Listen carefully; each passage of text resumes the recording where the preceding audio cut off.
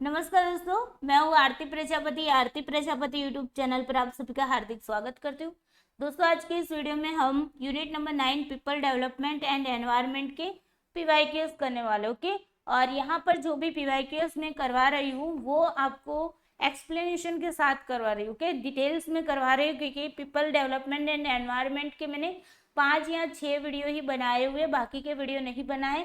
इसीलिए यहाँ पर जो भी क्वेश्चन पूछा गया उसके रिलेटेड पूरा का पूरा टॉपिक मैं यहाँ पर आपको साथ ही साथ पीवाईक्यूएस के साथ ही पढ़ा रही हूँ। ओके, तो बने रहिए वीडियो के साथ। वीडियो को सबसे पहले लाइक कर दो और अपने दोस्तों को शेयर करना नहीं भूलना है। ओके, अगर आप हमारी इस यूट्यूब चैनल से जुड़े हैं तो इस यूट्यूब चैनल को सब्सक्राइब कर लीजिए। ओके, यहाँ पर अगर आप यूजीसी नेट पेपर 1 की प्रिपरेशन कर रहे हैं तो इंग्लिश हिंदी में आपको कंटेंट मिलेगा और एक्सप्लेनेशन हिंदी में रहेगी। जीसेट वाले कोई बच्चे हैं गुजरात से तो उनको 70% सिलेबस मैंने कवर करवा दिया है, जहाँ पर इंग्लिश और गुजराती दोनों लैंग्वेज में कंटेंट है और गुजराती में एक्सप्लेनेशन है। ओके, और पीएचडी एंट्रेंस एग्जाम की आप अगर प्रिपरेशन कर रहे हो, अगर आपको रिसर्च प्रपोजल कैसे बनानी है, रिसर्च इंटरव्यू के अंदर किस टाइप के क्वेश्चन पूछे जा रहे हैं, ओके, तो इन सारे के वीडियो भी आपको प्लेलिस्ट में जाओगे तो यहाँ पर आपको मिल जाएगा। ओके, और साथ ही साथ अगर कुछ साइकोलॉजी का बच्चा है तो उनके लिए अलग से हमारी यूट्यूब चैनल है जिसका नाम है स्टडी ऑफ साइकोलॉजी, तो आप वहाँ पर जाके यूजीसी नेट की प्रिपरेशन कर सकते हो। ओके, ओनली साइकोलॉजी वालों के लिए स्टडी ऑफ साइकोलॉजी। ओके, चलिए, तो अब की बार नेट जेआरएफ पार। ओके, जिन बच्चों का नेट हो चुका है, जेआरएफ का सपना है, उनके लिए अलग से हमारी ओर से लाइन है अब की बार जेआरएफ पार। ओके, और स्पेशल मेरी ओर से अलग से लाइन कौन सी है भाई? दम लगा के हईसा। ओके, अब बहुत सारे बच्चे में बोलते रहते कि मैम आपकी टेलीग्राम चैनल है जो हमें मिल नहीं रही, तो प्लीज़ हमें बताइए कि आपकी टेलीग्राम चैनल में हमें जुड़ना है तो कैसे जुड़े। ओके, तो यहाँ पर देखो, जब भी आप वीडियो देख रहे होते हैं तो यहाँ पर ये टाइटल आपको दिख रहा होता है ना, तो उसके पास में ही यहाँ पर एक सिंबल है, तो यहाँ पर आपको क्लिक करना है। जैसे यहाँ पर क्लिक करोगे तो डिस्क्रिप्शन का मतलब कि पेज खुल जाएगा वो। ओके, तो यहाँ पर डिस्क्रिप्शन में आप जैसे ही जाओगे तो यहाँ पर आप देख सकते हो यूट्यूब चैनल की यहाँ पर लिंक मिल जाएगी, साथ ही साथ टेलीग्राम चैनल की भी आपको UGC net paper 1 Telegram channel की लिंक मिल जाएगी। ओके, साथ ही साथ साइकोलॉजी वाले बच्चे हैं तो उनके लिए अलग से यूट्यूब चैनल जो कि मैंने आगे बताया उसके भी यहाँ पर लिंक है, और जो टेलीग्राम चैनल है ओके साइकोलॉजी की उसकी भी यहाँ पर आपको लिंक मिल जाएगी। क्लियर? तो यहाँ पर बच्चा को बता दिया कैसे आपको यूट्यूब चैनल से जुड़ना है। वहाँ पर हम पीडीएफ भी प्रोवाइड कराते हैं, कुछ कुछ मतलब कि जो कंप्लीट यूनिट हो जाते हैं उनके दे देते हैं, और जो बाकी रहते हैं ओके, मतलब क्योंकि एक ही पीपीटी के अंदर मैं सारी कॉन्सेप्ट जो भी टॉपिक होती है वो पढ़ाती रहती हूँ, इसी वजह से आधी पीपीटी मैं आपको नहीं शेयर कर सकती पीडीएफ के रूप में। ओके, ताकि यूनिट कंप्लीट हो जाता है तो एक ही पीडीएफ में आपको सारा का सारा यूनिट मिल जाए, इस तरीके का मेरा एक आयोजन रहता है। ओके, तो इसी वजह से बहुत सारी पीडीएफ मैंने वहाँ पर शेयर की हुई है पुराने वाली, तो आप उसको भी देख सकते हो। ओके, और पीवाईक्यूएस की भी तो मैं डाल देती हूँ, तो वो भी आप देख लेना, और साथ ही साथ आपको वीडियो की लिंक भी वहाँ पर डेली मिलती रहेगी, और जो भी पोल क्वेश्चन वहाँ पर डाले जाते हैं वो भी आपको वहाँ पर मिल जाएंगे। ओके, चलिए, सभी बच्चे रेडी हो? पहले ये बता दीजिए, क्वेश्चन मैं देखो थोड़े से करवाती हूँ लेकिन डीप में करवाती हूँ, एक्सप्लेनेशन के साथ करवाती हूँ, इसी वजह से यहाँ पर मैं थोड़े क्वेश्चन लेती हूँ ताकि उसका जो भी मतलब पूरा का पूरा टॉपिक है वो आपका कवर हो जाए। ओके, चलिए, सभी बच्चे रेडी हो? लाइव चैट में जो भी बच्चे रेडी हैं ढेर सारे थम्स अप दे दीजिए। ओके, चलिए शुरू करें। रेडी, स्टडी, गो। ओके, क्वेश्चन नंबर 25, अभी तक हमने 24 क्वेश्चन कर दिए हैं। ओके, 25 नंबर का क्वेश्चन है, ओजोन परत के ओजोन छिद्र में परिवर्तित होने के लिए ओजोन का संघनन होना चाहिए।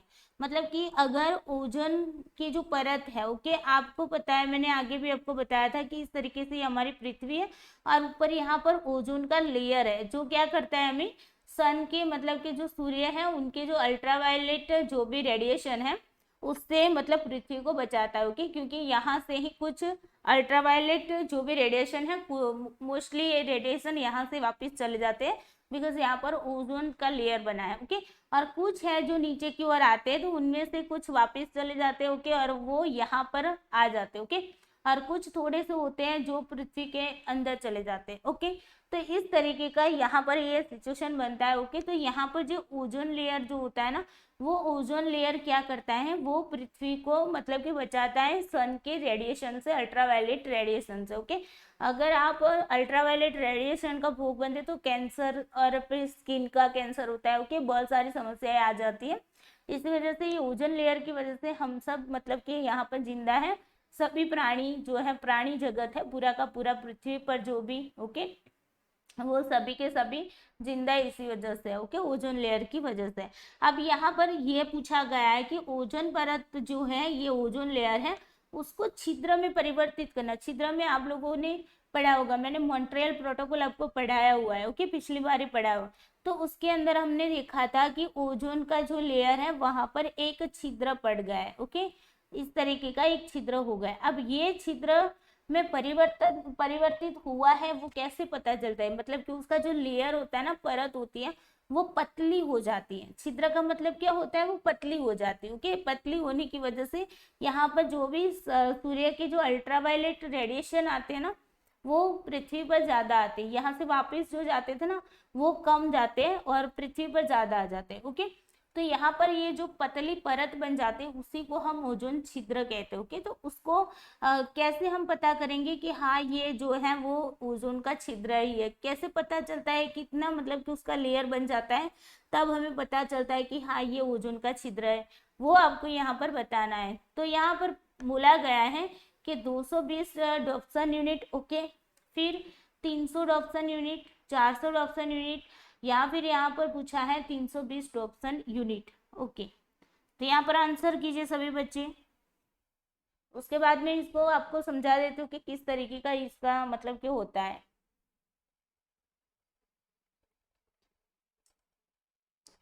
चलिए, ओके, आई होप आप लोगों ने आंसर कर दिया होगा और वीडियो को भी साथ में लाइक कर दिया होगा। ओके, यहाँ पर आपका आंसर आएगा 220 डॉप्सन यूनिट। ओके, चलिए अब देखते हैं, इसको समझते हैं। तो देखो, समताप मंडल की, समताप मंडल मतलब स्ट्रेटोस्फेरिक ओजोन, जो अपने आप सॉरी, जो हम बोलते हैं स्ट्रेटोस्फियर, है ना। तो स्ट्रेटोस्फियर का जो लेयर होता है, ओके, मतलब कि जो उसका एरिया होता है, ओके, उसके अंदर आपको पता है कि ओजोन का लेयर आता है ना। तो ओजोन परत पराबैंगनी प्रकाश मतलब कि अल्ट्रावायलेट जो भी मतलब रेडिएशन होता है, ओके, लाइट होती है, उसको क्या करती है, अवशोषित करके पृथ्वी पर जीवन की रक्षा करती है। यही बात आगे मैंने आपको समझाई। ओके, जो पौधों और जानवरों में डीएनए को नुकसान पहुंचाती है। अब देखो, अल्ट्रावायलेट जो भी रेडिएशन होती है ना, वो क्या करती है, जो भी प्लांट्स होते हैं, एनिमल्स होते हैं, ओके, एनिमल के अंदर इंक्लूडिंग ह्यूमन, मतलब कि मानव भी उसके अंदर आ जाते हैं। ओके, सबको वो क्या करती है, सब में डीएनए को नुकसान पहुंचाती है। ओके, और सनबर्न और त्वचा कैंसर की ओर ले जाती है। ओके, जहां पर हमें सनबर्न की बीमारी भी हो सकती है और त्वचा का कैंसर भी हो सकता है। ओके, 1979 से पहले की बात की जाए तो वैज्ञानिकों ने 220 डॉप्सन इकाइयों के नीचे वायुमंडलीय ओजोन सांद्रता नहीं देखी थी। 1979 की अगर बात करें, उससे पहले की बात करें, तो जो भी साइंटिस्ट थे, ओके, उन्होंने 220 डॉप्सन यूनिट के नीचे की मतलब कि जो ओजोन की जो छिद्रता है, सांद्रता है, ओके, उसकी तो वो उन्होंने नहीं देखी थी।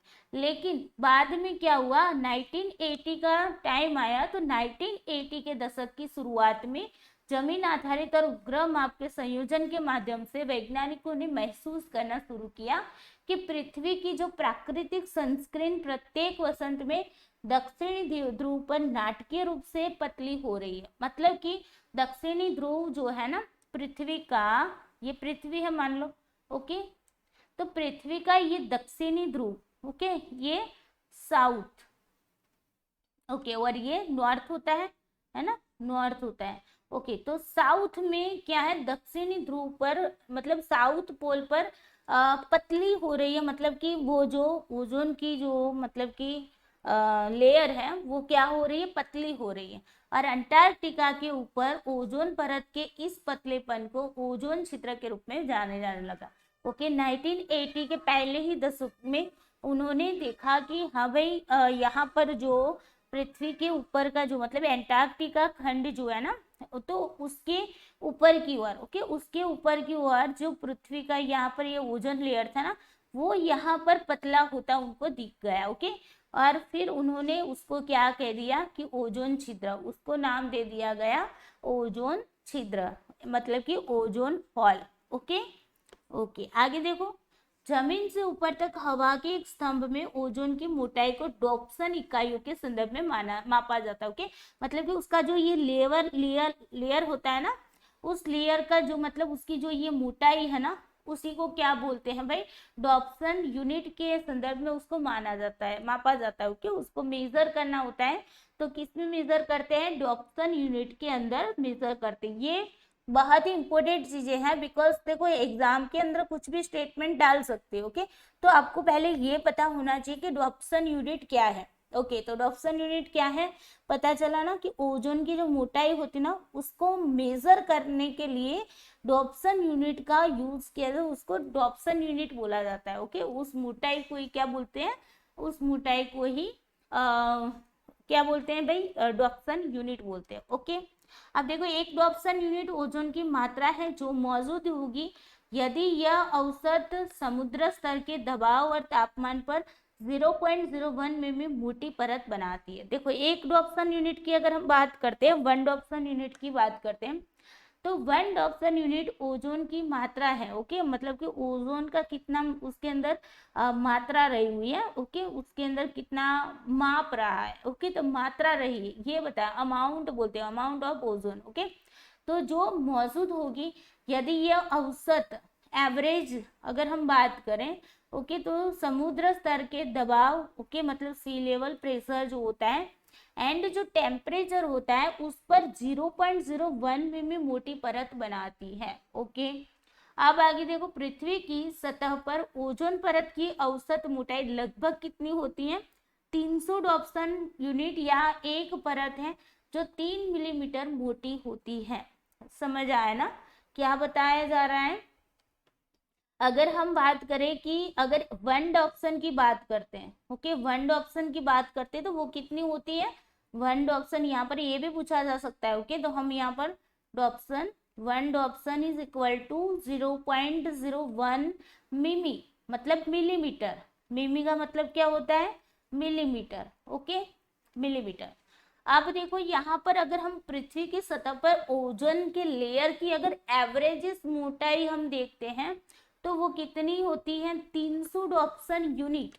कितनी, 300 Dobson unit, 300 Dobson unit. Okay, unit, ये भी यूनिट है, one Dobson unit is equal to 0.01। तो 300 Dobson unit is equal to कितने मिमी होंगे, बताओ कितने मिमी होंगे।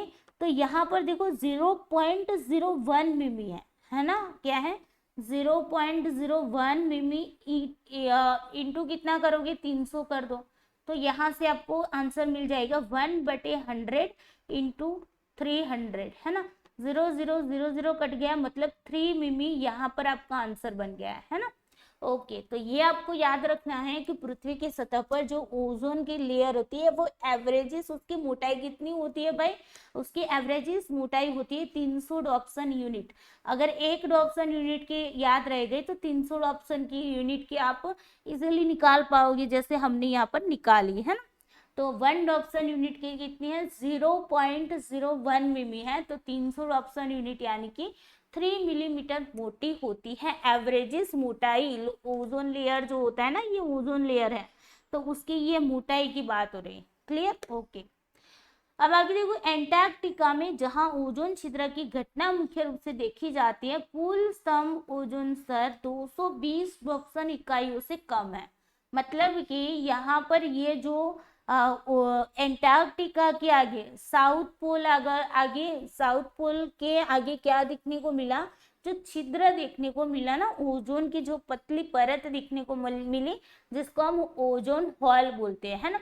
तो ये ओजोन हॉल जो है ना वो कितना कम है, तो 220 डॉप्सन इकाइयों से भी कम वहां पर वो परत हमें देखने को मिली है। ओके, तो ये भी आपको याद रखना, जो कि एग्जाम में अभी पूछा गया है। ओके, जो क्लोरीन और ब्रोमीन यौगिक से ओजोन हानि को उत्प्रेरित करता है, वो क्या करता है, जो यहाँ पर जो आपको पतली परत मिली है ना, वो क्या करता है भाई, क्लोरीन जो है ना, क्लोरीन एंड ब्रोमाइन, ओके, उनकी दोनों को कंपाउंड्स, ओके, मतलब कि दोनों के बीच में यौगिक मतलब कंपाउंड्स होता है और उससे ओजोन हानि को वो क्या करता है, उत्प्रेरित करता है। Clear?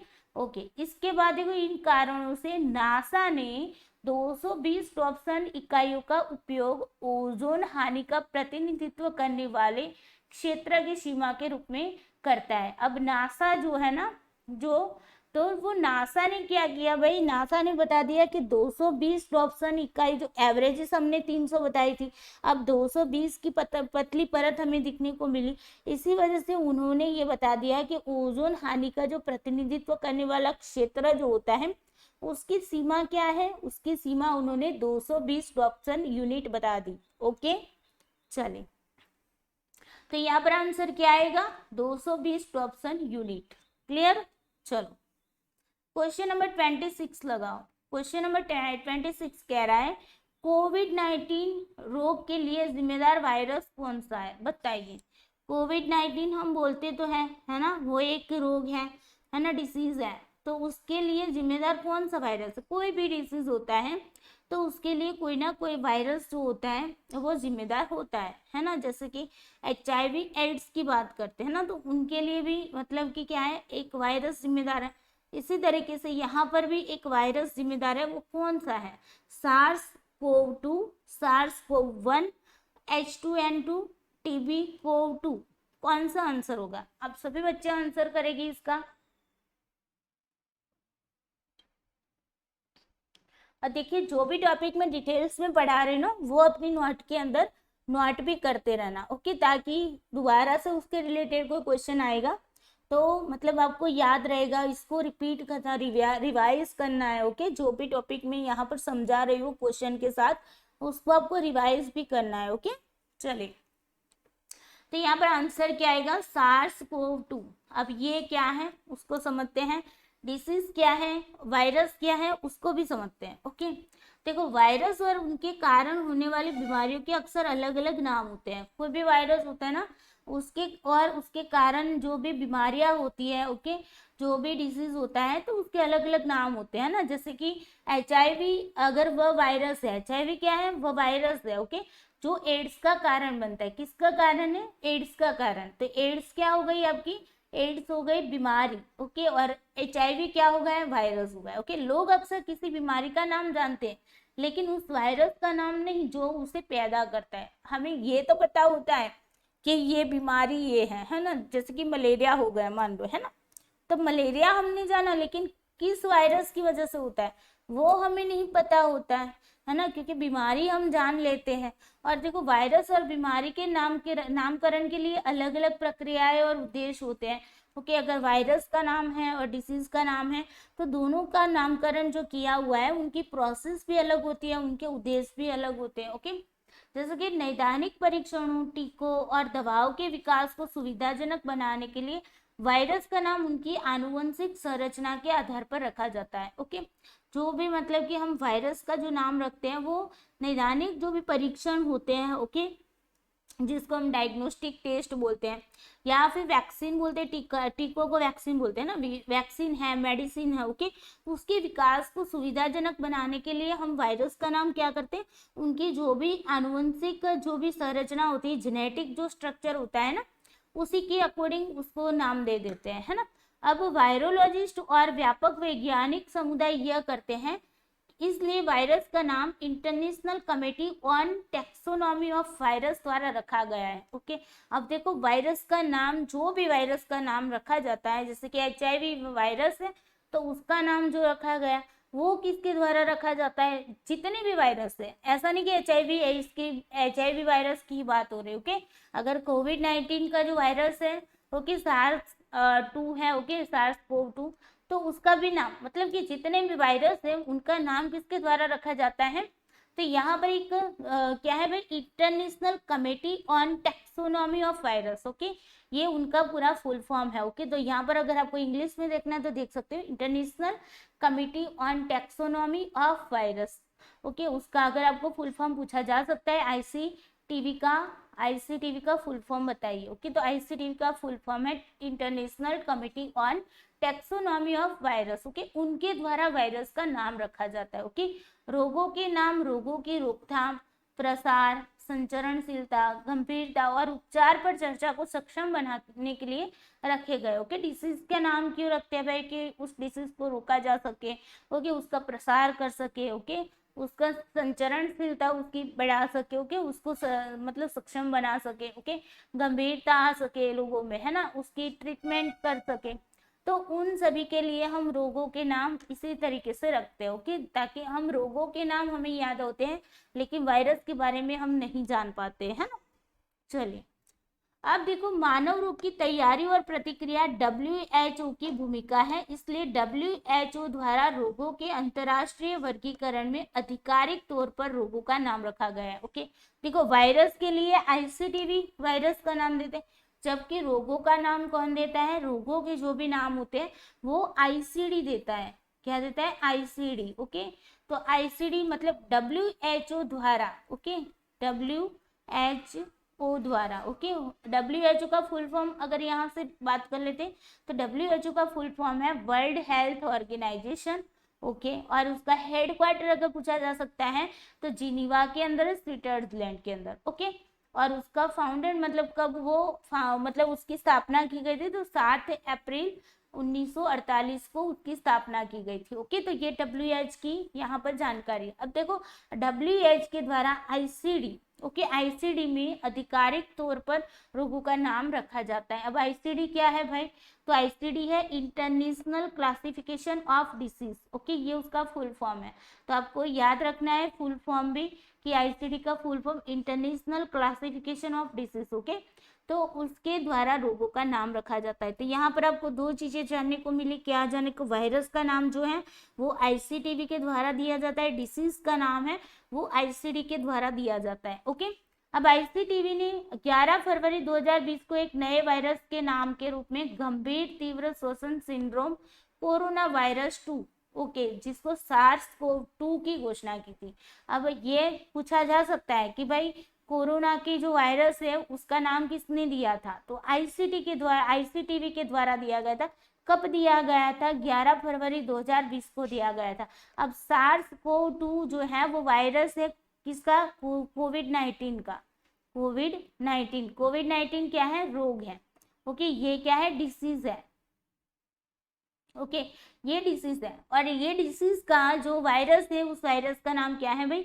Saver acute respiratory syndrome corona virus 2। Okay, तो ये उसका फुल फॉर्म है। तो याद रखना है, SARS-CoV-2 का फुल फॉर्म भी आपको पूछा जा सकता है। ओके, तो severe acute respiratory syndrome corona virus 2, ये उसका फुल फॉर्म है। ओके, और इसका नाम वायरस का नाम किसने दिया है? किसके तहत दिया है? आईसीटीवी के द्वारा। ओके, और डिसीज का नाम किसने दिया होगा? तो फिर बताओ, तो आईसीडी के द्वारा। Okay, clear? चलो, अब देखो, डिसीज है कोरोना वायरस डिसीज है। ओके, कोविड-19 जिसको बोलते हैं, virus severe acute respiratory syndrome corona virus 2 SARS-CoV-2। Clear? चलो, तो यहाँ पर आंसर क्या आ गया आपका? First is the correct answer. Okay, video को लाइक जरूर कर देना। आपको लगता है कि मैम ने बहुत सारी मेहनत की है ये जो सारी डिटेल्स इकट्ठी करने में, तो प्लीज वीडियो को लाइक और अपने दोस्तों को शेयर करना नहीं भूलना है। ओके, चलिए, क्वेश्चन नंबर 27, समुद्री जल के खारेपन के लिए इसमें आकर मिलने वाली विभिन्न नदियों द्वारा निक्षेपित जो खनिज होते हैं लवणों का मतलब क्या होता है? सॉल्ट मतलब हम क्या बोलते हैं? मीठा। हमारे यहाँ तो मीठा बोलते हैं सॉल्ट को। ओके, नमक, या नमक, हिंदी में नमक बोलते। ओके, नमक को उत्तरदायी माना जा सकता है। ओके, तथापि नदियों का जल खारा नहीं होता, क्योंकि अब देखो, आपको पता है कि समुद्री जो जल होता है, ओके, समुद्र का जो जल होता है वो कैसा होता है? खारा, मतलब खारेपन उसमें दिखने को मिलता है ना, मतलब, है ना। तो नदियों में क्यों पानी खारा नहीं होता है? मतलब उसके अंदर खारेपन की हमें एहसास क्यों नहीं होता है? नदियों में जो नदियों का जो जल होता है वो मीठा क्यों लगता है, और जो समुद्री जल है वो खारा क्यों लगता है? तो उसके लिए क्या मतलब कि क्या जिम्मेदार क्या होगा कि लवण तलहटी में अवक्षेपित हो जाते हैं। यहाँ पर नदी के कंटेक्स्ट में आंसर करना है, नदियों में जल खारा क्यों नहीं होता है ये पूछा गया है। तो लवण तलहटी में अवक्षेपित हो जाते हैं, मतलब कि सॉल्ट जो होता है ना वो नीचे की ओर क्या हो जाते हैं, वो नीचे की ओर दब जाते हैं। ओके, पादप लवणों का अवशोषण करते हैं।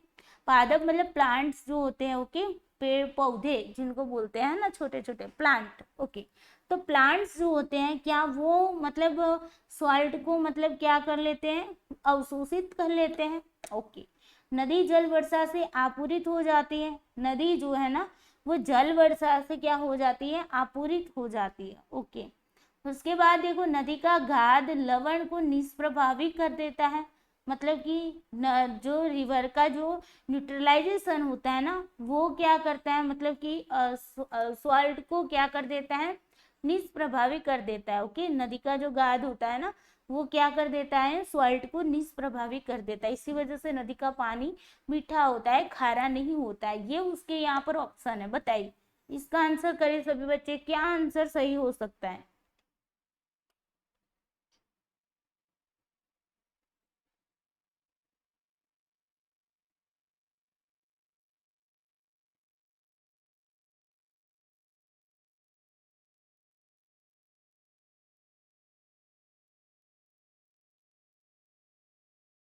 चलिए आंसर करिए सभी बच्चे।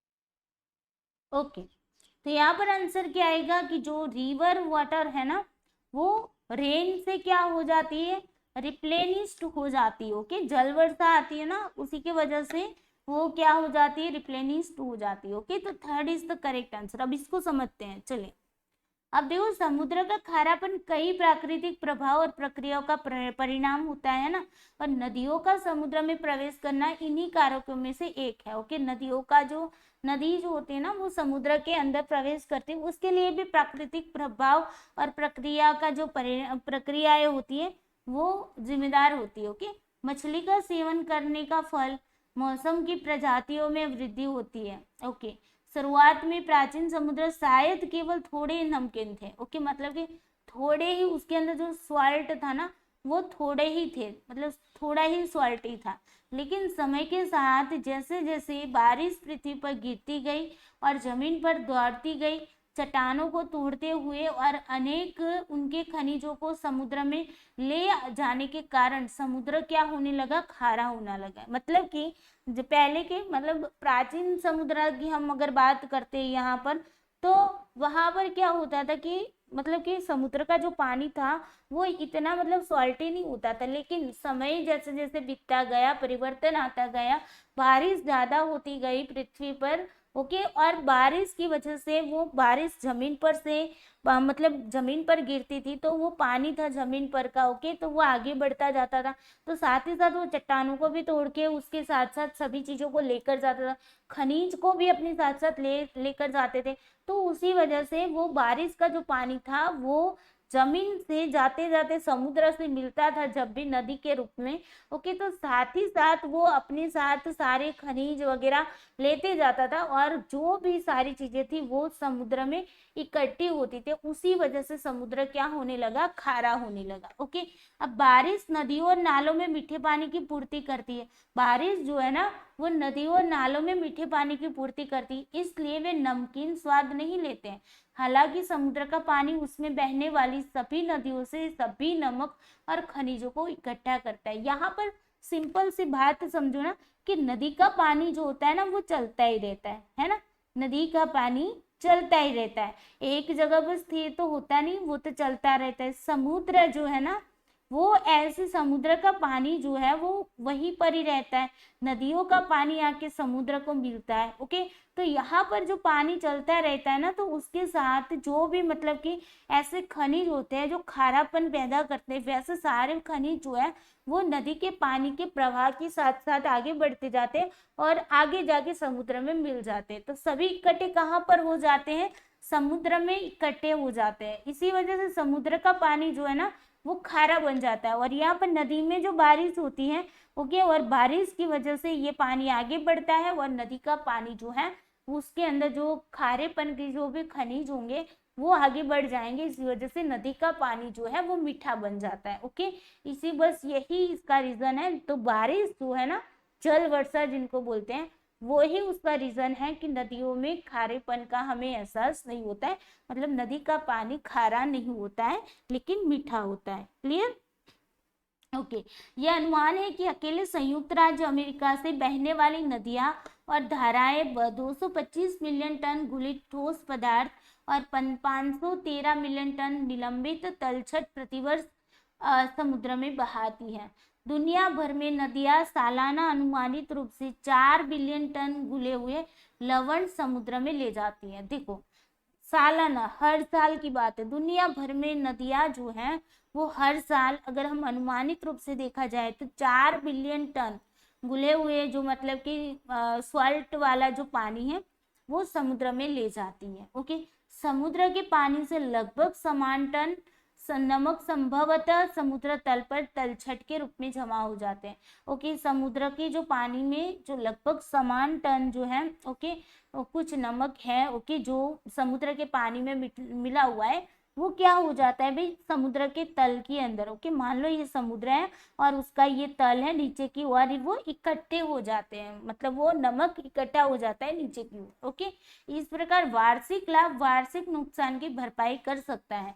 दूसरे शब्दों में अगर हम बात करें तो आज महासागर में शायद संतुलित नमक इनपुट और आउटपुट है। ओके, पूछा जा सकता है क्वेश्चन कि महासागर में जो भी मतलब कि नमक है ओके, वो संतुलित नमक है, वो इनपुट आउटपुट हो सकता है, स्टेटमेंट में रख सकते हैं। तो यस, इनपुट आउटपुट दोनों ही होता है। ओके, और इसलिए महासागर अब नमकीन नहीं हो रहा है। ओके, क्योंकि ये जो नमक जो है ना वो नीचे की ओर चला जाता है, बैठ जाता है, उसकी वजह से ये जो पानी होता है ना वो थोड़ा सा मीठा हो जाता है। ओके, तो मतलब इतना पहले की तरह, इतना पहले मतलब प्राचीन टाइम की बात नहीं कर रही हूँ, कुछ सालों से पहले की बात कर रही हूँ कि उस टाइम पे समुद्र का पानी बहुत खारेपन का मतलब खारा था, लेकिन अब जो है ना वो उसका बैलेंस जो है ना, इनपुट आउटपुट दोनों होने लगा है ना, उसी वजह से उसका बैलेंस बना रहता है और उसी वजह से उसका जो पानी है वो अब बहुत ज्यादा खारा नहीं होता है। क्लियर? चलो, ओके, तो यहाँ पर आंसर क्या आएगा, जल वर्षा के कारण नदी का जो पानी है वो खारा नहीं होता है। ओके, चलिए क्वेश्चन नंबर 28 करो। क्वेश्चन नंबर 28 कह रहा है कि भारत में अधिकांश ऊर्जा का स्रोत है, भारत के अंदर मैक्सिमम एनर्जी कौन सी है बताइए। Hydro electric power plant, thermal power plant, nuclear power plant या फिर सोलर पावर प्लांट, बताइए। आंसर सभी बच्चे करेंगे।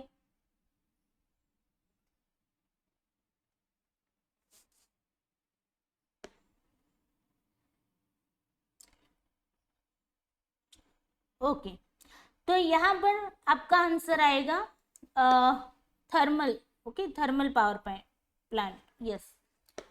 ओके, तो यहाँ पर thermal power plant is the correct answer. Okay, इसको देखते हैं।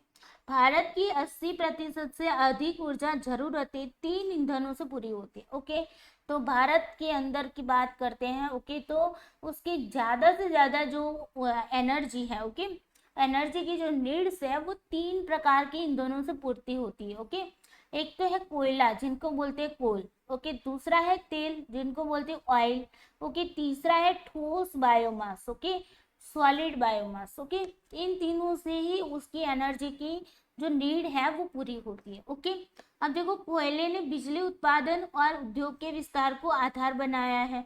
ओके, और ऊर्जा मिश्रण में सबसे बड़ा एकल ईंधन बना हुआ है।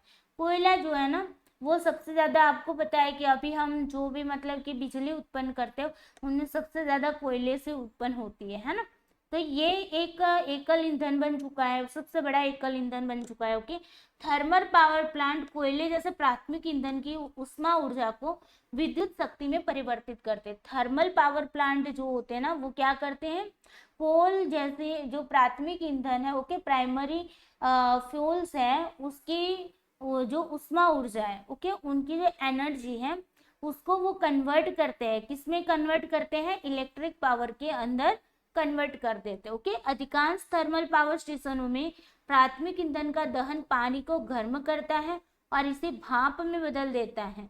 भाप टरबाइनों को चलाती है, जो भी स्टीम होती है ना, वो स्टीम टरबाइन्स को क्या करती है, ड्राइव करती है, चलाती है और अंततः हमें बिजली उत्पन्न करती है। ओके, थर्मल पावर स्टेशन की अगर बात की जाए किस तरीके से बिजली उत्पन्न की जाती है, तो देखो थर्मल पावर स्टेशनों में क्या होते हैं कि जो भी हमारे प्राथमिक ईंधन है, जैसे कि कोयला है, तेल है, ठोस बायोमास है, ओके, तो उनमें से कोयला जो है ना वो हमारा प्राथमिक ईंधन है ना, तो उसके मतलब क्या होता है, कोयले के दहन होता है, कोयले को जलाया जाता है। ओके, और फिर उनमें से मतलब कि पानी, उससे पानी को गर्म किया जाता है। ओके, वो कोयला क्या करेगा, पानी को गर्म करेगा। अब पानी को गर्म करेगा तो उसमें से भाप निकलेगी, है ना। अब वो जो स्टीम निकल रही है ना, भाप निकलती है ना, वो उसको भाप टरबाइन जो होते हैं, स्टीम टरबाइन होते हैं ना, उसको मतलब वो चलाती है। और जैसे वो स्टीम टरबाइन चलते हैं ना, उसी से बिजली उत्पन्न होती है। ओके, मध्य प्रदेश के सिंगरौली जिले में विंध्याचल थर्मल पावर स्टेशन, जिसकी स्थापित क्षमता है 4760 मेगावाट, भारत का सबसे बड़ा थर्मल पावर प्लांट है। तो यहाँ पर आपको याद रखना है कि थर्मल पावर प्लांट के बारे में अगर पूछा जा सकता है कि भारत का सबसे बड़ा थर्मल पावर प्लांट कौन सा है, तो मध्य प्रदेश में आया है, सिंगरौली जिले में आया है। कहाँ पर, मध्य प्रदेश के सिंगरौली जिले में विंध्याचल थर्मल पावर स्टेशन जिसका नाम है, ओके, वो सबसे बड़ा, भारत का सबसे बड़ा थर्मल पावर स्टेशन है। और उसकी क्षमता अगर आपको पूछी जा सकती है तो 4760 मेगावाट है। Okay, clear. चलो, तो यहाँ पर आंसर क्या है आपका, थर्मल पावर प्लांट है वो मतलब अधिकांश ऊर्जा का स्रोत रहा है। ओके, सबसे ज्यादा जो ऊर्जा का जो स्रोत रहा है वो यही रहा है। ओके, भारत के अंदर। चलिए, क्वेश्चन नंबर आपका आ रहा है 29। एयर क्वालिटी यहाँ पर दी हुई है और यहाँ पर उसके कलर दिए हुए। ओके, उसके क्या है, कलर दिए हैं। तो यहाँ पर देखो एयर क्वालिटी का यहाँ पर मतलब कि क्या है भाई, उसका वैल्यू दिया हुआ है। ओके, ये क्या है, उसकी वैल्यू है। Okay, value. अब देखो 0 से लेकर 50 है, 101 से लेकर 200 है, 201 से लेकर 300 है, 301 से लेकर 400 है। ओके, और यहाँ पर ये कलर दिया है। तो यहाँ पर पहले आप आंसर करो, बाद में मैं इसको समझाती हूँ और उसके बाद हम अगेन आंसर करेंगे। बताओ कैसे जोड़ोगे इसको, मैं ट्रिक के साथ आपको सिखा दूंगी किस तरीके से आपको इसको समझाना है। लेकिन इससे पहले आपको एयर क्वालिटी के बारे में सारी जानकारी ले लेनी। ओके, पूरा का पूरा जो टॉपिक है मैं यहाँ पर ही आपको पढ़ा देती हूँ, ताकि एग्जाम में इसके रिलेटेड कोई भी क्वेश्चन आए तो आपको दिक्कत ना आए। ओके, चले। ओके, तो यहाँ पर चलो आप लोगों ने आंसर कर दिया होगा। अब आप लोग आ जाइए टॉपिक को समझने के लिए। देखिए, वायु गुणवत्ता सूचकांक जिसको क्या बोला जाता है, एयर क्वालिटी इंडेक्स बोला जाता है, AQI बोला जाता है। ओके, एग्जाम में पूछा जा सकता है AQI का फुल फॉर्म बताइए, तो एयर क्वालिटी इंडेक्स जिनको बोला जाता है। ओके, अब देखो एयर क्वालिटी इंडेक्स जो है वो दैनिक आधार पर जो एयर की जो क्वालिटी होती है उसके रिपोर्ट करने के लिए एक इंडेक्स है। ओके, डेली के बेसिस पर। ओके, डेली आपके सिटी में या फिर आपके स्टेट में या फिर इंडिया में, इंडिया के जो जो मेन सिटीज हैं वहाँ पर एयर क्वालिटी कितनी है। ओके, तो वो इंडेक्स आपको डेली भी, आपको लाइव भी इंडेक्स बताता है कि आज इसका मतलब कि जो वैल्यू रहा है वो इतना रहा है। ओके, आज इस सिटी का जो एयर क्वालिटी है वो इतना रहा है, वो आपको लाइव भी बताते हैं। ओके, जो कि मुझे भी आज पता चला, मैंने उसको सर्च किया तब मुझे पता चला कि ऐसे एयर क्वालिटी जो है ना वो आपको डेली बेसिस पर आपको देखने को मिलता है इसका रिपोर्ट। ओके, यह इस बात का पैमाना है कि वायु प्रदूषण कम समय में किसी के स्वास्थ्य को कैसे प्रभावित करता है। यहाँ से हमें क्या पता चलता है, ये जो एयर क्वालिटी इंडेक्स है ना, इससे हमें पता चलता है कि कम समय के अंदर किसी के स्वास्थ्य को वो कैसे, मतलब कि जो एयर पॉल्यूशन है वो किस तरीके से प्रभावित करता है। ओके, AQI का उद्देश्य लोगों को यह जानने में मदद करना है कि स्थानीय वायु गुणवत्ता उनके स्वास्थ्य को कैसे प्रभावित करती है, स्थानीय लेवल पर। ओके, मैंने कहा ना कि आपकी सिटी का एयर क्वालिटी जो है वो आपको अभी चेक करना है तो अभी का भी बताएंगे, फिर कल सुबह आप चेक करोगे तो कल सुबह भी लाइव बताएंगे कि हाँ अभी कल सुबह मान लो कि मॉर्निंग में 8 बजे का आपको देखना है तो आपको 8 बजे का भी एयर क्वालिटी देखने को मिलेगा कि आपकी सिटी के अंदर अभी कितना एयर क्वालिटी बता रहा है। ओके, तो इस तरीके डेली बेसिस पर स्थानीय लेवल पर आप उसको चेक कर सकते हो। ओके, पर्यावरण संरक्षण एजेंसी 5 प्रमुख वायु प्रदूषकों के लिए IQI की गणना करती है। जो पर्यावरण संरक्षण एजेंसी मतलब कि एनवायरमेंटल प्रोटेक्शन एजेंसी, पूछा जा सकता है EPA का फुल फॉर्म बताइए, EPA का फुल फॉर्म बताइए।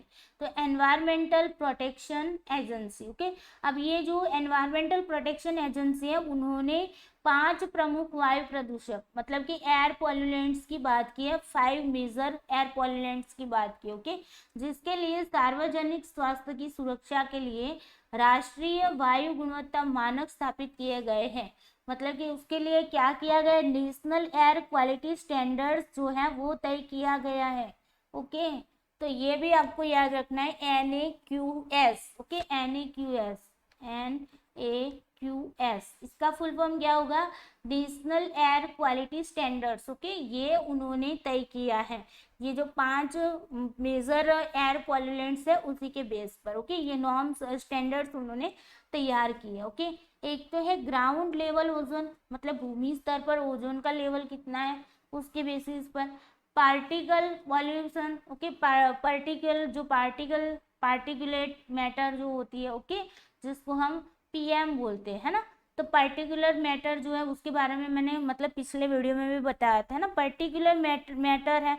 ओके, जिसको हम कण प्रदूषण या पार्टिकुलेट मैटर बोलते हैं। ओके, उसके बेसिस पर भी आपको देखने को मिलता है। ओके, ये उसके स्टैंडर्ड्स ये 5 मेजर एयर पॉल्यूलेंट्स के आधार पर बनाए गए। ओके, तो पूछा जा सकता है आपको, इम्पोर्टेंट चीज है। Okay, carbon monoxide, sulphur dioxide and nitrogen dioxide. Okay, ये 5 जो एयर पॉल्यूलेंट्स हैं बहुत ही मेजर हैं। ओके, उनके हिसाब से यहाँ पर नेशनल एयर क्वालिटी स्टैंडर्ड्स बनाए गए हैं। ओके, चलिए आगे देखो, AQI मान जितना अधिक होगा मतलब कि आपका एयर क्वालिटी इंडेक्स जितना अधिक होगा वायु प्रदूषण का स्तर उतना ही अधिक होगा। ओके, जितना AIQ वैल्यू ज्यादा होगा ना उतना ही आपका एयर पॉल्यूशन का जो स्तर होता है लेवल होता है वो भी क्या बताया जाएगा, वो भी ज्यादा ही बताया जाएगा। ओके, स्वास्थ्य संबंधी चिंताएं भी उतनी ही अधिक होगी, जितना वायु प्रदूषण होगा ओके उतने ही स्वास्थ्य संबंधित चिंताएं भी आपको बढ़ेगी। सही है ना, यस। पिछले 3 दशकों में कई विकसित देशों में AQI की अवधारणा का व्यापक रूप से उपयोग किया गया है। AQI वास्तविक समय में वायु गुणवत्ता की जानकारी को तुरंत प्रसारित करता है। अब देखो ऐसे क्वेश्चन ना स्टेटमेंट में रखे जाते हैं। ओके, ये से क्वेश्चन स्टेटमेंट में रखे जाते हैं और हमें पता नहीं होता, हम डीपली तो हमें पढ़ना ही नहीं है किसी को, सभी को ओनली MCQs करने हैं, ओनली PYQs करने हैं, ऊपर ऊपर से पढ़ाई करनी है, डिटेल्स तो किसी को पढ़नी ही नहीं। फिर जाके डिटेल्स में पूछा जाएगा फिर बोलेंगे सिलेबस का बाहर का है। सिलेबस के बाहर की कुछ भी चीजें नहीं होती है, ध्यान में रखिए। कोई भी चीज होती है ना उसके डीप में जाकर स्टडी करनी, क्योंकि आप लोग रिफ्लेक्टिव लेवल पर आ चुके हैं। ओके, ना कि आप मेमोरी लेवल पर या अंडरस्टैंडिंग लेवल पर, है ना, आप लोग हायर एजुकेशन में आ चुके हो तो मतलब आप रिफ्लेक्टिव लेवल पर काम कर रहे हो, तो यहाँ पर आपको डीपली पढ़ना ही पड़ेगा। ओके, समझना ही पड़ेगा। तो यहाँ पर देखो AQI जो है वास्तविक समय, मैंने आपको क्या बताया, डेली बेसिस है, लाइव आपको वहां पर देखने को मिलता है। आप एक बार ना नेट पर गूगल पर सर्च करके देखना, AQI लिखना या तो फिर एयर क्वालिटी इंडेक्स लाइव लिखना, आपको देखने को मिलेगा। देखो ऐसी चीजें ना, आप लोग कोई वीडियो होता है या फिर मान लो कि कोई ऐसी कॉमेडी वीडियो होता है तो तुरंत आप उस पर क्लिक करके आप देखते हो, मजे लेते हो, है ना। उससे बेटर यही है कि आप लोग ऐसी चीजों को फाइंड करिए जो आपके एग्जाम में आपको हेल्प करती है ना, तो आपको बहुत कुछ जानने को मिलेगा। जैसे मुझे आज ही पता चला कि एयर क्वालिटी इंडेक्स है वो आपको लाइव भी देखने को मिलता है, डेली बेसिस आपको देखने को मिलता है। ओके, चलिए, विभिन्न देश वायु गुणवत्ता की रिपोर्ट करने के लिए विभिन्न बिंदु पैमाना का उपयोग किया जाता है। ओके, जो अलग अलग देशों के अंदर एयर जो देखो एयर क्वालिटी इंडेक्स है ना, वो हर देश अपने अपने हिसाब से अलग अलग पॉइंट पे मतलब कि उसका जो रेटिंग स्केल होता है, रेटिंग बनाए होते हैं, तो वो अलग अलग पॉइंट स्केल पे वो उसका मतलब कि क्या करते हैं, मेजर करते हैं। ओके, हर एक देश का अलग अलग होता है। ओके, जैसे कि एग्जाम्पल के लिए अगर देखा जाए कि संयुक्त राज्य अमेरिका है, यूनाइटेड स्टेट अमेरिका है ना, यूएस, तो उन्होंने 5 अंक के पैमाने का उपयोग किया। उन्होंने 500 अंक, ओके, उन्होंने क्या किया है, 500 पॉइंट स्केल का यूज किया है। और उनमें जिसमें उन्होंने 0 से 50 के बीच की रेटिंग अच्छी मानी है।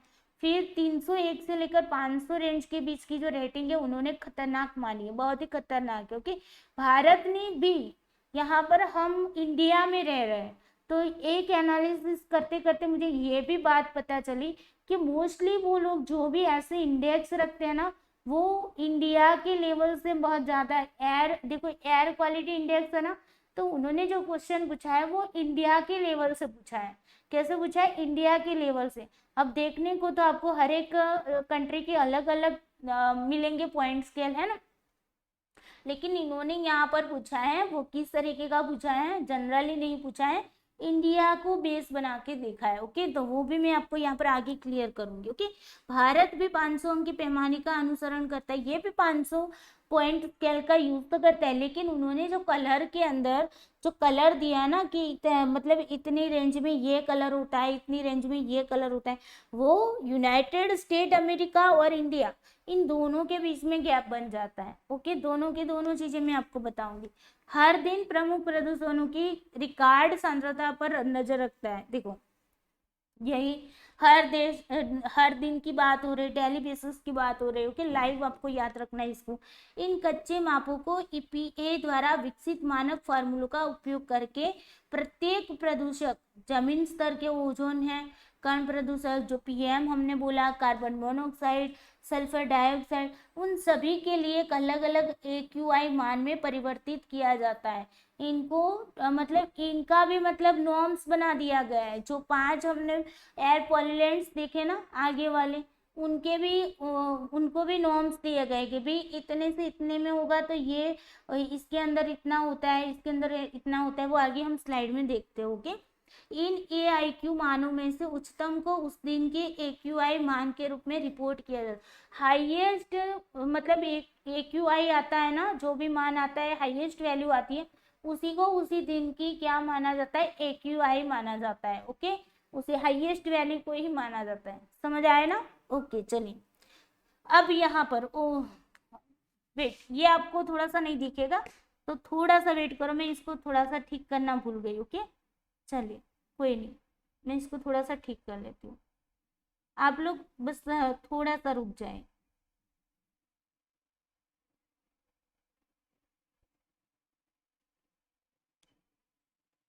तब तक सब लोग पानी वानी पी लो। ओके, बिकॉज मैं यहाँ पर ना हो जाता है, कभी कभी होता है ना भाई, काम ज्यादा होता है तो मतलब भूल गई मैं यहाँ पर इसको ठीक करना।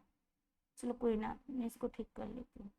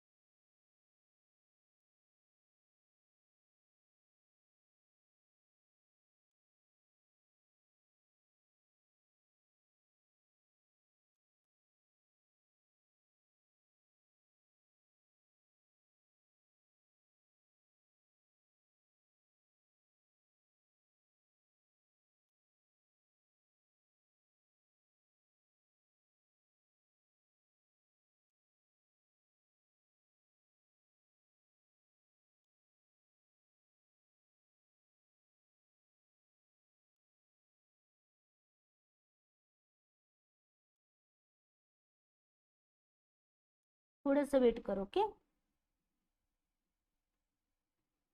इसको मैं ना न्यू स्लाइड पे ले लेती हूँ।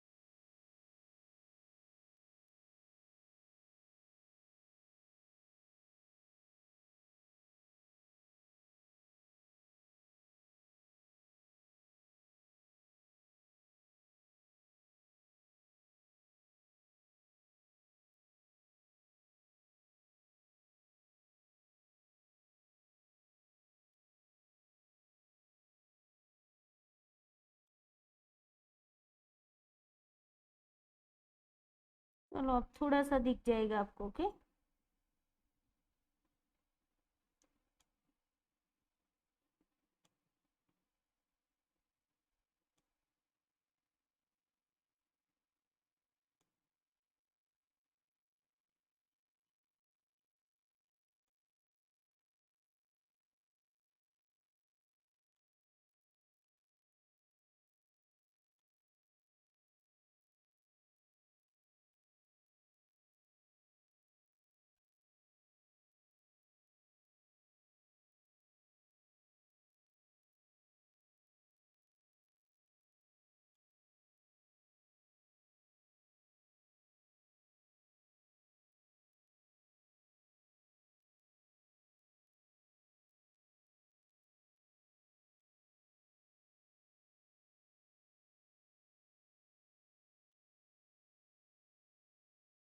ओके रुक जाइए। ओके, थोड़ा सा बस, पता नहीं ऐसी गलती कहाँ से हो गई, चलो कोई ना। ओके,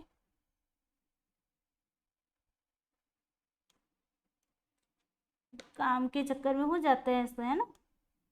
चलो ओके, अब आपको थोड़ा सा दिखेगा और मैं इसको थोड़ा सा कर देती हूँ, अगर शायद आपको दिख जाए। ओके ओके, चलो तो अब आपको थोड़ा सा दिख जाएगा। ओके चलिए कोई ना।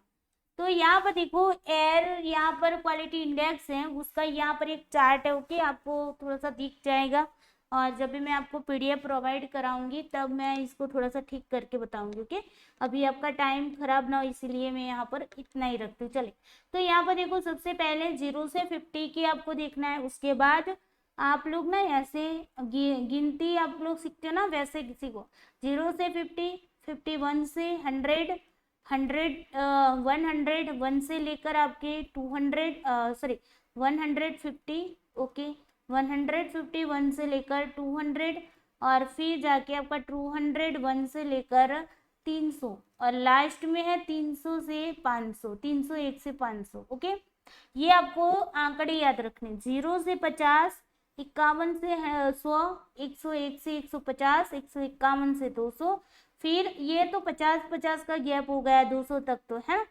फिर जाके आपका 201 से लेकर 300 आ जाता है, मतलब यहाँ पर आपका 100 का बन जाता है, और उसके बाद 301 से लेकर 500 का। ओके, इस तरीके से आपको टोटल 6 भागों में यहाँ पर डिवाइड किया हुआ है। ओके चलिए, ओके तो यहाँ पर देखो, सबसे पहले यहाँ पर हमने ट्रिक एक लिखती हुई है, जीवाई और पीएम, जीवाई और पीएम। ओके, इसको आपको याद इस तरीके से ऐसे रखना है, क्योंकि देखो जो कलर है ना, कलर के मामले में थोड़ा सा डिफरेंस आएगा, बाकी यूनाइटेड स्टेट अमेरिका और इंडिया दोनों की सेम चीजें है। ओके, तो यहाँ पर जीवाई और पीएम ये क्या है, कलर है।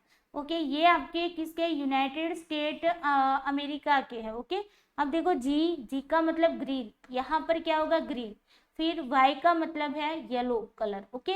तो ग्रीन येलो, अगर इंडिया की बात करेंगे तो इन दोनों को मिला देंगे और इन दोनों को ग्रीन कलर में कन्वर्ट करेंगे, बस यही इसका डिफरेंस है, ओके। अगर आपको मान लो कि इंडिया के बेसिस पे आपको डायरेक्टली येलो कलर नहीं मतलब कि बाद में दिया है तो फिर आपको बाद में करना है, वो मैं आगे आपको बताऊंगी। अभी याद रख लो, ये जो है यूनाइटेड स्टेट अमेरिका है, उसी के अकॉर्डिंग हम कलर को डिवाइड कर रहे हैं। 0 से 50 ग्रीन है, फिर येलो आता है, उसके बाद हमने और बताया ओ का मतलब है ऑरेंज, ओके। 101 से लेकर 151 में ऑरेंज आ जाएगा, फिर 151 से लेकर 200 में आ जाएगा आर, ओके, मतलब कि रेड कलर। और उसके बाद पी और एम है, तो ये पर्पल कलर है और ये मरून कलर है। पर्पल कलर जो है वो 201 से लेकर 300 में आएगा और 301 से लेकर 500 में क्या आ जाएगा, मरून कलर आ जाएगा, ओके। जैसे कि यहाँ पर आप देख सकते हो ये पर्पल कलर है और ये मरून कलर है, ओके, क्लियर। चलो, तो ये थी कलर की बात। अब इंडिया की बात आएगी तो क्या करोगे, यहाँ पर समझो। इंडिया की बात मैं यहाँ पर लिखती हूँ, ओके। देखो यहाँ पर यूएस की लिख देती हूँ, जनरल आप इसको मान सकते हो, ओके। तो अगर हम बात करें तो यहाँ पर हमने क्या 6 कलर आपको याद रखवाए, जी, वाई, ओ और पीएम, है ना, पीएम। तो ये क्या है 50, 0 से लेकर 50, है ना, और ये 51 से लेकर 100, 50-50 का गैप याद रखना है। 101 से लेकर 150 है और 151 से लेकर 200, ये क्या है सारे 50-50 के गैप यहाँ पर, ओके। उसके बाद पी और एम में क्या होगा, पी में आ जाएगा 100 का गैप, 201 से लेकर 300, ओके। और यहाँ पर क्या है भाई 300 से ज़्यादा, ओके, यानी कि 300 से लेकर 500, क्योंकि 500 पॉइंट स्केल का यूज़ किया जाता है, ओके। चलिए अब इंडिया की बात करते हैं, यहाँ पर इंडिया का लिखवा रही हूँ, ओके। इंडिया का अगर बात करें तो यहाँ पर उन्होंने क्या किया है, 0 से 50 एंड 51 से लेकर 100, इन दोनों के लिए कौन सा कलर यूज किया है, ग्रीन कलर यूज किया है, मतलब इसके लिए डार्क कलर यूज किया है, डार्क ग्रीन यूज किया है। और 51 से लेकर 100 में क्या हुआ है भाई, उन्होंने लाइट कलर का यूज किया है, ओके, लाइट ग्रीन का यूज किया है, ओके। उसके बाद जो पीछे वाले हैं वही के वही इस तरीके से आगे चलेंगे। तो यहाँ पर देखो उन्होंने 101 से लेकर 150 तक के क्या है येलो कलर का यूज किया है, येलो का, ओके। और फिर 151 से लेकर 200 में क्या आ जाएगा, आपका ओ का मतलब क्या आ जाएगा, ऑरेंज, ओके, ऑरेंज। उसके बाद उन्होंने 201 से लेकर 300 में किसका यूज किया है, तो उन्होंने रेड का यूज किया है, रेड का, ओके। और फिर 300 से लेकर 500 में उन्होंने क्या है पर्पल कलर को छोड़ दिया है, मरून कलर को याद रख लिया है, ओके, मरून, ओके।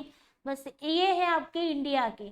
तो ग्रीन, येलो, ऑरेंज, रेड और मरून 5 हिस्सों में उन्होंने डिवाइड कर दिया। ग्रीन को 2 हिस्से में डिवाइड किया, लाइट और डार्क में, ओके। और बाकी के जो है उनको मतलब 4 में पीछे डिवाइड किया, ओके।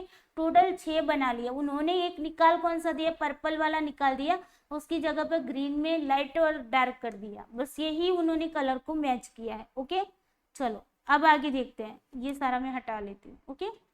तो अगर आपको देखो इस तरीके का नहीं दिया है, अगर मान लो कि इस तरीके का नहीं दिया जो कि आपके क्वेश्चन में के अकॉर्डिंग ये वाला सही है, ओके। लेकिन अगर मान लो कि एग्जाम में ऐसा नहीं दिया है तो आपको ये भी याद रखना है, ओके, इसके अकॉर्डिंग भी पूछा जा सकता है, क्लियर। तो मैं यहाँ पर आपको सारी चीजें बता रही हूँ, उदाहरण गैर उदाहरण दोनों दे रही, ओके, जैसे हम अंडरस्टैंडिंग लेवल में देते हैं, है ना। चलो अब इसको समझो। अब यहाँ पर क्या माना गया है कि भाई जितना कम एयर क्वालिटी इंडेक्स होगा उतना अच्छा माना जाता है, जितना ज़्यादा एयर क्वालिटी इंडेक्स होगा उतना खराब माना जाता है। तो सबसे कम कौन सा है, 0 से 50 लेवल है ना, तो वो क्या होगा, गुड माना जाएगा, मतलब अच्छा माना जाएगा। 51 से लेकर अगर आप 100 की बात कर रहे हो तो वो मॉडरेट माना जाता है, क्या माना जाता है, मॉडरेट माना जाता है, ओके।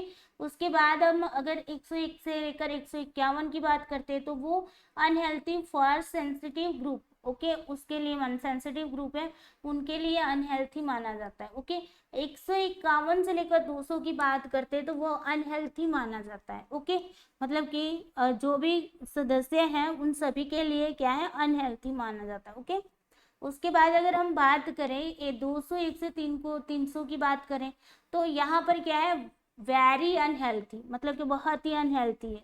स्वास्थ्य के लिए वो चेतावनी दे दी जाती है। ओके, उसकी फिर 301 से लेकर 500 की अगर बात कर दो तो हैजार्डोस, ये आपको याद रखना है, हैजार्डोस। ओके, तो पूछा जा सकता है हैजार्डोस का जो होता है वो वैल्यू कितना होता है, तो आपको याद रखना है 301 से लेकर 500, या तो फिर आप ये बोल सकते हो 300 से ज़्यादा। ओके, 300 से ज़्यादा होता है हैजार्डस माना जाता है। ओके, ये उसकी मतलब क्या है, उसका ये मतलब नाम दिया हुआ है कि इतना मतलब कि गुड है, मॉडरेट है, हैजार्डस है। ओके, तो सबसे कम मतलब कि जितना इंडेक्स आईक्यू जो है वो मतलब कि एयर क्वालिटी इंडेक्स है वो ज़्यादा होगा उतना ही खराब माना जाएगा, और जितना कम होगा उतना ही अच्छा माना जाएगा। क्लियर?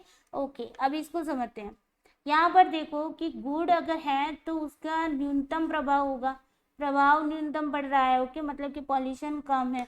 ओके, सेटिस्फैक्टरी अगर है, ओके, अगर 51 से 100 है तो उसका मतलब सेटिस्फैक्टरी। ओके, तो उसके अंदर क्या होगा कि संवेदन लोगों में सांस लेने में मामूली कठिनाई हो सकती है, बहुत ज़्यादा दिक्कतें नहीं हो सकती, मामूली सी कठिनाई आएगी। ओके, फिर अगर हम बात करें कि 101 से लेकर 151 जिनको हम अनहेल्थी मानते हैं सेंसिटिव ग्रुप के लिए, है ना, तो जिनको मॉडरेटली पॉल्यूटेड माना जाता है। ओके, क्या माना जाता है? मॉडरेटली पॉल्यूलेंट। ओके, तो ये भी आपको याद रखना है।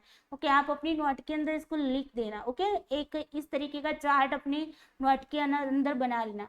यहाँ पर क्या होता है, अस्थमा जैसे फेफड़ों की बीमारी वाले लोगों में सांस लेने में कठिनाई होती है। जिन लोगों को अस्थमा है, ओके, या फिर जिनको फेफड़े की बीमारी है ना, लंग डिसीज जिनको बोलते हैं, तो वैसे लोगों के सांस लेने में उनको कठिनाई होगी। और फिर जो भी हृदय रोग वाले है ना, हार्ट से मतलब जिनके हार्ट के रिलेटेड जो इनको डिसीज है, बच्चे हैं, ओके, बड़े वयस्क हैं, उनको परेशानी हो सकती है। कहाँ पर? कौन से लेवल पर? 101 से लेकर 151 में। ओके, उसके बाद अगर हमने बात करूँ कि 151 से लेकर 200 का जो माना जाता है वो पूर्व माना जाता है। ओके, और इसके अंदर क्या होता है, पूर्व मतलब यहाँ पर गरीब लिखा है ना, गरीब नहीं, मतलब कि वो मतलब बहुत ही कम अच्छा माना जाता है। ओके, पूर्व का मतलब बहुत ही कम अच्छा माना जाता है। ओके, तो यहाँ पे मतलब बहुत खराब। ओके, लंबे समय तक संपर्क में रहने वाले लोगों में सांस लेने में कठिनाई होती है। ओके, और हृदय रोग वाले लोगों को बहुत ज्यादा परेशानी होती है। यही आगे वाले में थी वैसे ही यहाँ पर है, यहाँ पर ज्यादा दिक्कतें आएगी। ओके, उसके बाद अगर मैं बात करूँ 201 से लेकर 300 की मैं अगर बात करती हूँ तो यहाँ पर क्या होगा, देखो यहाँ पर बहुत खराब माना जाता है। ओके, बहुत वेरी पुअर माना जाता है। तो ये भी आपको याद रखना है। लंबे समय तक संपर्क में रहने वाले लोगों में सांस की बीमारी हो सकती है, और फेफड़े और हृदय रोग वाले लोगों में प्रभाव अधिक स्पष्ट हो जाता है। और फिर जाके हम लास्ट में आते हैं 301 से लेकर 500 में, तो हैजार्डस जिनको बोलते हैं। ओके, तो सेवर जिनको क्या बोलते हैं, गंभीर माना जाता है। ओके, स्वस्थ लोगों में श्वसन संबंधी समस्या है, जो भी स्वस्थ लोग है ना उनको भी श्वसन संबंधी समस्या हो जाती है। फेफड़े हृदय रोग वाले लोगों में गंभीर स्वास्थ्य समस्याएं हो सकती हैं, उनको तो मतलब बहुत ही दिक्कत होगी। अगर स्वस्थ लोगों में मतलब दिक्कतें आ रही है तो जो मतलब बीमार है उनको तो ज्यादा बीमारी होगी। हल्की शारीरिक गतिविधि के दौरान भी कठिनाइयां का अनुभव हो सकता है। ओके, तो ये बात है इसकी। आगे देखो, अभी तीसरा वाला है एडवाइजरी को देखते हैं। ओके, तो यहाँ पर देखो 050 से लेकर 0 से लेकर 50 वाले में क्या होगा कि एयर क्वालिटी जो है वो संतोषजनक माना जाता है, और वायु प्रदूषण में बहुत कम या जोखिम नहीं होता है। यहाँ पर जोखिम नहीं होता है गुड़ वाले में, है ना, मतलब कि गुड़ वाले में बहुत ज़्यादा कंट्रीज भी नहीं है। आप अगर ऑनलाइन देख लोगे ना तो आपको पता चलेगा, ये 4 या 5 कंट्री ऐसी, मतलब नहीं, गुड़ वाले में तो बहुत ज़्यादा है, मतलब पूर्व जो सबसे कम है ना 300 से ज़्यादा वाले 4 या 5 ही है कंट्री। ओके, बाकी की सारी गुड में ही है। ओके, और इंडिया की अगर बात करें तो इंडिया हमारा मॉडरेट में चल रहा है। ओके, वायु गुणवत्ता स्वीकार्य है, हालांकि कुछ प्रदूषकों के लिए वायु प्रदूषण के प्रति असामान्य रूप से संवेदनशील लोगों की बहुत कम संख्या के लिए मध्यम स्वास्थ्य चिंता का विषय है, मतलब ये मध्यम लेवल पर है। ओके, और फिर 101 से लेकर 151 की बात करते हैं तो यहाँ पर क्या होगा कि जो भी सेंसिटिव समूह है, ओके, उन सदस्य स्वास्थ्य का प्रभाव उन पर मतलब वो अनुभव कर पाएंगे कि उनको स्वास्थ्य संबंधित कुछ दिक्कतें आ रही है, वो खुद मतलब क्या कर पाएंगे, वो खुद उसको फील कर पाएंगे। ओके, और आम जनता के प्रभावित होने की संभावना यहाँ पर नहीं है। जनरल ये क्या है, सेंसिटिव ग्रुप है ना, उनके लिए ही मतलब होता है। ओके, फिर जाके अगर 151 से 200 की बात करेंगे तो यहाँ पर क्या होगा, यहाँ पर कोई स्वास्थ्य प्रभाव का अनुभव करना शुरू कर सकता है, कोई भी, जनरली कोई भी पर्सन। ओके, यहाँ पर क्या था, 101 से 151 में जो सेंसिटिव ग्रुप है वो ही मतलब उसको फील कर सकता है, लेकिन यहाँ पर 151 से लेकर 200 में क्या होगा, कोई भी पर्सन इसका अनुभव कर सकता है। ओके, उसके बाद अगर मैं बात करूँ 201 से लेकर 300 में, तो यहाँ पर क्या होगा, स्वास्थ्य संबंधित चेतावनी दे दी जाएगी, हेल्थ अलर्ट दे दी जाएगी, सभी को अधिक गंभीर स्वास्थ्य प्रभाव का अनुभव हो सकता है। ओके, गंभीर स्वास्थ्य प्रभाव का यहाँ पर अनुभव होगा। ओके, और फिर 300 की तो बात ही छोड़ो, आपातकालीन स्थितियों की स्वास्थ्य चेतावनी पूरी आबादी के प्रभावित होने की, मतलब पूरी पॉपुलेशन प्रभावित हो जाएगी। ओके, तो ये है हैजार्डस। Okay, clear. अब देखो इसकी ट्रिक हमने क्या है, जीवाई और पीएम। ओके, जीवाई और पीएम, जीवाई और पीएम। ओके, अगर इंडिया की बात करोगे तो क्या आएगा, जीवाई और एम, जीवाई और एम, बस ये है इंडिया की।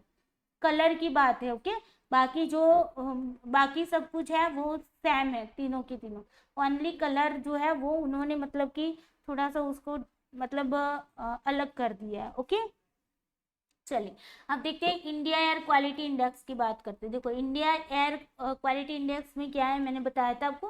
देखो 0 से 50 और 51 से 100 में उन्होंने क्या कर दिया है, ग्रीन कलर दे दिया, ये लाइट वाला है। ओके, और ये क्या है, डार्क वाला है ना, बस यही काम उन्होंने किया, बस बाकी सारा कुछ वैसे रखा।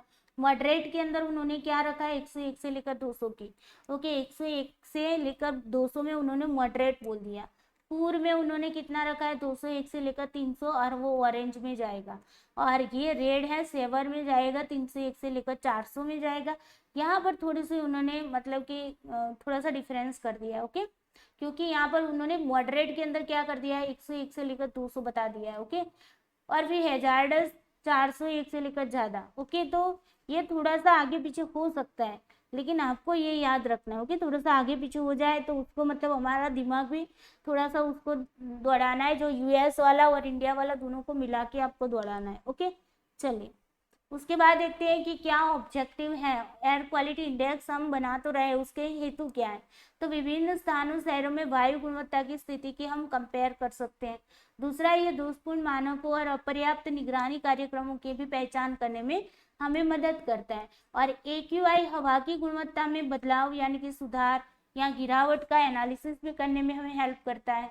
और फिर जाके AQI पर्यावरण की स्थिति के बारे में जनता को भी सूचित करता है कि भाई आज का आपका एयर क्वालिटी इंडेक्स कितना है, अगर ज़्यादा हो गया है तो आप लोग कुछ करिए जिससे एयर पॉल्यूशन ना हो। ओके, तो जनता को भी यहाँ पर सूचित करता है, और यह उन लोगों के लिए विशेष रूप से उपयोगी है जो वायु प्रदूषण के कारण या बढ़ गई बीमारियों से पीड़ित है। ओके, चलिए अब देखिए वायु प्रदूषण से सबसे ज्यादा खतरा किससे होता है, क्वेश्चन पूछा जा सकता है। ओके, स्टेटमेंट में दे सकते हैं, तो आपको ये सारा कुछ याद रखना है। जैसे ये अस्थमा वाले हैं, ओके, जिनको अस्थमा की बीमारी है, क्रॉनिक ब्रोंकाइटिस जिनको है, ओके, या फिर वातस्फीति, एम्फीसेमा है ना, तो ऐसे वर्ड भी दिया जाते हैं, एम्फीसेमा, या फिर अस्थमा, क्रॉनिक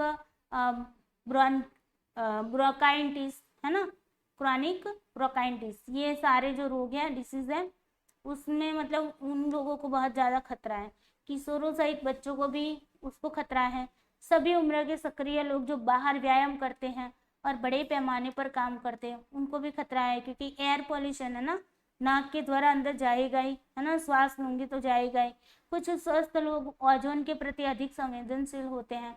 ओके, जो लोग ओजोन के प्रति ज़्यादा संवेदनशील होते हैं तो उनको भी खतरा है। ओके, चलिए तो यहाँ पर देखिए आंसर अब ट्रिक के हिसाब से यहाँ पर आपके सामने आ गया, second is the correct answer. कैसे, देखो 0 to 50 हमने क्या बताया था, यहाँ पर इंडिया में 0 to 50 आपको, और 51 से लेकर 100 ये दोनों क्या है, ग्रीन है, क्या है, ग्रीन है। ओके, फिर 101 से लेकर हमने बताया था 200 का, उसके अंदर क्या था, येलो था, है ना, येलो। उसके बाद हमने बताया था 201 से लेकर 300 की बात की थी, तो 201 से लेकर 300 में क्या हुआ था, GY फिर O, ऑरेंज आ गया था, है ना, ऑरेंज। और उसके बाद है 301 से लेकर आपका 400, है ना, 100 का यहाँ पर लिया है। ऑरेंज के बाद हमने क्या किया था, रेड, ओके। और लास्ट में आपका 401 से लेकर 500 सॉरी, ओके, 400 से लेकर 500 में क्या बताया था, मरून, है ना, मरून। तो ये आपको याद रखना है इंडिया का, ओके। ये मैंने आपको याद भी करवा दिया। चलो, तो अब देखो 0 to 50 किस में आएगा, ग्रीन में जाएगा, ओके। 101 से 200 कहाँ पर जाएगा, येलो में जाएगा। 201 से 300 कहाँ पर जाएगा, ओ में जाएगा, मतलब ऑरेंज में जाएगा। 301 से 400 कहाँ पर जाएगा, और मतलब कि रेड में जाएगा। क्लियर। तो यहाँ पर देखो ए में 3 है, बिल्कुल है, ओके। बी में क्या है, बी में 1 है, बिल्कुल है। उसके बाद देखो सी में क्या है, 4 है, यस है। और डी में क्या है, रेड है, यस है, ओके। तो यहाँ पर second is the correct answer, okay. तो ये इंडिया की ट्रिक है और ये आपकी यूएस की ट्रिक है, ओके। तो जो भी पूछा जाए आपको याद रखना है दोनों के दोनों को, ओके। इंडिया में यूएस ने क्या किया है, पहले 4 में 50-50 का गैप रखा है, ओके। और बाद में क्या किया है, 200 से लेकर 300 मतलब 100 का दिया, और फिर 200 का, इस तरीके का उन्होंने डिवाइड किया। जबकि इंडिया की अगर बात करें तो पहले उन्होंने क्या कर दिया है, पहले उन्होंने दो मतलब 50-50 का गैप तो रखा है, ओके। 50-50 के गैप को दोनों को एक कर दिया है। फिर 100-100 का देखो, सभी में 100-100 का उन्होंने गैप कर दिया है, ओके।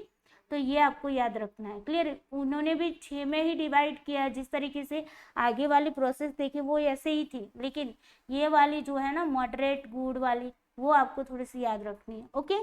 चलो, अब बात करते हैं क्वेश्चन नंबर 30 की। क्वेश्चन नंबर 30 कह रहा है कि सतत विकास रिपोर्ट के अनुसार सतत विकास लक्ष्य सूचकांक उच्चतम से निम्नतम के संदर्भ में ब्रिक्स देशों के सही अनुक्रम की पहचान करें। अब ब्रिक्स देशों जो है उनके बारे में पूछा गया है कि उनके मतलब कि हमने सस्टेनेबल डेवलपमेंट गोल इंडेक्स है, उसके आधार पर उनको हाईएस्ट से लेकर लोएस्ट के क्रम में आपको उसको लगाना है। तो पहले देखो ब्रिक्स देश कौन कौन से, बी का मतलब क्या है, ब्राजील, ओके, ब्राजील। फिर आर का मतलब क्या है, Russian, Russian federation, okay, federation. फिर आपको आई का मतलब इंडिया, आई का मतलब इंडिया, ओके। सी का मतलब है आपका चाइना, उनका पड़ोसी, हमारा पड़ोसी है ना, उनका नहीं हमारा। चलो, एस का मतलब है south Africa, south Africa, okay. ये 5 है ब्रिक्स देश, ओके। अब ये जो 5 ब्रिक्स देश है ना, उनके मतलब उनको आपको यहाँ पर लगाना था, तो कुछ भी पूछा जा सकता है, ओके। ध्यान रखना है ऐसे ऐसे क्वेश्चनों को, बहुत मतलब सस्टेनेबल डेवलपमेंट गोल्स, मतलब आपको पता है ना, अभी रिपोर्ट आई 2022 में, जस्ट अभी अभी मतलब पिछले मंथ में नहीं, हाँ पिछले मंथ में ही आई है, शायद पिछले मंथ में या फिर इसी मंथ में आई, ओके। तो ये भी याद रखना है, ओके। मैंने यहाँ पर ऐड किया है, तो डोंट वरी। उसको 2020 के अकॉर्डिंग अगर हम इसको लगाते, पहले मैं यहाँ पर बता देती, देखो 2020 का अब तो पूछा नहीं जाएगा ना, 2021 चल रहा था, फिर भी उन्होंने पूछ लिया 2020 का। तो आपको करना क्या है, 2020 का तो जो कि पूछा ही नहीं जाएगा, अगर पूछा जाता है, उन लोगों ने अगर पेपर वही के वही यहाँ पर डाल दिए क्वेश्चन, ओके, तो 2020 का पूछ सकते हैं, तो उसको आपको यहाँ पर याद रखना है। साथ ही साथ 2021 को भी आपको याद रखना है, साथ ही साथ 2022 के भी याद रखना है, तीनों के तीनों आपको याद रखना है, ओके। अपनी नोट के अंदर लिख लेना, मैं लिखवा देती हूँ यहाँ पर। तो देखो 2020 के अकॉर्डिंग अगर हम देखें तो सबसे पहले नंबर पर था चाइना, क्या था, चाइना, ओके। फिर सेकंड नंबर पे था आपका Brazil, okay, Brazil. Third number पे आपका था Russian, Russian federation, okay, federation. ये लिख लेना अपने नोट के अंदर कि 2020 में है, ओके। फोर्थ नंबर पे अगर हम बात करें तो फोर्थ नंबर पे है साउथ अफ्रीका, और इंडिया तो वैसे भी लास्ट में ही है, ओके, इस बार भी लास्ट में है, सभी में लास्ट में ही दिखा है, ओके। 2020 में देखो, 21 में देखो, 22 में देखो, सभी में वो लास्ट में ही आया है, ओके। तो इस तरीके से चाइना से इंडिया और उनके बीच में ब्राजील, रशिया, साउथ, ओके, ये याद रखना है 2020 के, ओके। तो यहाँ पर fourth is the correct answer 2020 के अकॉर्डिंग। अब 2021 के अकॉर्डिंग पूछे तो 2021 के अकॉर्डिंग अगर देखा जाए ना, तो सबसे पहले नंबर पर कौन था, रसिया था, ओके, रशियन फेडरेशन था। सेकंड नंबर पर कौन था, सेकंड नंबर पर आपका था चाइना। ओके, थर्ड नंबर पर कौन था? थर्ड नंबर पे था ब्राजील। फोर्थ नंबर पे कौन था? South Africa. और फिफ्थ नंबर पर साउथ अफ्रीका यहाँ पर, और फिफ्थ नंबर पर था हमारा India. Okay, RCBCI, sorry RCBSI। Okay, याद रखना है 2021 में RCBSI। ओके, ये है आपके 2021 के रिपोर्ट। ओके, अब आते हैं फाइनली 2022 में। 2022 में सबसे पहले नंबर पर कौन आया? कौन आया? रसोड़े में कौन थी? राशि नहीं थी तो कौन थी? 2022 में कौन था पहले? चलो, तो 2022 में पहले रशियन ही था। ओके, पहले भी रशियन था ना, देखो यहाँ पर भी रशिया था, 21 में भी रशिया था, 22 में भी रशिया आया है। ओके, 23 सॉरी, उसके बाद ये फर्स्ट नंबर पर, सेकंड नंबर पर कौन है? सेकंड नंबर पर ब्राजील है, RB। ओके, थर्ड नंबर पर कौन जा रहा है? चीन, RBC। फोर्थ नंबर पे साउथ। अब देखो साउथ अफ्रीका है ना, सभी में फोर्थ नंबर पर है, तो यहीं से भी आपके आंसर बन जाएंगे, don't worry. Okay, fourth number पर साउथ अफ्रीका 2020 में भी था, 21 में भी था, 22 में भी था, है ना। और चाइना जो है ना वो 2020 में ही फर्स्ट नंबर पर था। 2021-22 के अंदर फर्स्ट नंबर पर कौन है? रशिया है। ओके, और लास्ट में इंडिया हमारा जो है ना वो मतलब 5 नंबर पर ही है। तो साउथ अफ्रीका और इंडिया, इन दोनों का रैंक बदलाए, मतलब रैंक बदलाए, लेकिन उनका जो स्थान है ना वो नहीं चेंज हुआ, उनका स्थान वैसा का वैसा रहा है। ओके, अब बात करते हैं, अगर आपको रैंक पूछा जाए तो 2021 में अगर इंडिया का रैंक पूछा जा सकता है तो 120वां नंबर था इंडिया का। ओके, इस बार क्या हुआ? इस बार एक नंबर उन्होंने ज्यादा मतलब कि आगे बढ़े, आगे नहीं बढ़े, पीछे बढ़े। ओके, क्योंकि 121वां नंबर हो गया तो वो पीछे आए। ओके, तो 20 में सॉरी 21 में था 20 और 22 में था 21। ओके, बस एक नंबर पीछे चले जाओ ना। ओके, 21 में 20, 22 में 21, 121वां नंबर था। क्लियर? तो ये आपको रैंक भी थोड़े से याद कर लेने हैं सबके, और लिख लेना सब लोग। ओके, स्क्वायर भी लिखना चाहो तो लिख सकते हो। चलिए, अब आते हैं क्वेश्चन नंबर 31। क्वेश्चन नंबर 31 कह रहा है कि मॉन्ट्रियल प्रोटोकॉल में हुए किगाली संशोधन में HFC के उपयोग में 2040 के दशक के उत्तरार्ध तक निम्नलिखित में से किस सीमा तक कमी करने का विचार किया है? ये मैंने आपको ना मॉन्ट्रियल प्रोटोकॉल में पढ़ाया हुआ है, इसमें मॉन्ट्रियल प्रोटोकॉल के अंदर मैंने पढ़ाया हुआ है। ओके, इसी वजह से यहाँ पर एक्सप्लेनेशन ज़्यादा नहीं दी है, बस आंसर ही आपको करना है। ओके, क्योंकि वहाँ पर मैंने बताया हुआ है कि 2010 के बाद 30 साल बाद की बात हुई है कि 30 साल बाद जो भी HFC है उसको मतलब कि 80% से ज़्यादा, 80% से ज़्यादा क्या करना था? कमी करने की बात की गई है। ओके, तो 2010 के बाद 30 साल मतलब 2010 के बाद के 30 साल बाद तो कितने हुए? 2040 हुए कि नहीं? यस। ओके, तो 2040 के दशक के उत्तरार्ध में मतलब कि लास्ट में, अंत में, तब तक कितना कमी करने की बात है? तो 80% से ज्यादा की बात है। तो यहाँ पर 80 से लेकर 85% is the correct answer. Clear? चलो, याद रखना है मॉन्ट्रियल प्रोटोकॉल में ये आता है आपका। ओके, चलो। ओके, क्वेश्चन नंबर 32 करो। लाल रेड सूची के अनुसार विश्व में तुमप्राय थ्रेंडड स्तनधारियों का प्रतिशत लगभग कितना है? अब देखो, थ्री टेंड जो मैमल्स है, ओके, मैमल्स की बात हो रही, थ्री टेंड मैमल्स। ओके, तो थ्रेटेंड जो मैमल्स हैं उनकी मतलब कि वर्ल्ड के अंदर रेड लिस्ट जो होता है ना, उस सूची के अंदर उनके प्रतिशत कितना है? देखो कहाँ कहाँ से क्वेश्चन पूछे हैं एनवायरमेंट में, है ना। और ये तो आपने मतलब कल्पना भी नहीं की होगी कि ऐसी रेड सूची आती है, ऐसे आता होगा, है ना। चलो कोई ना, इसको समझते हैं।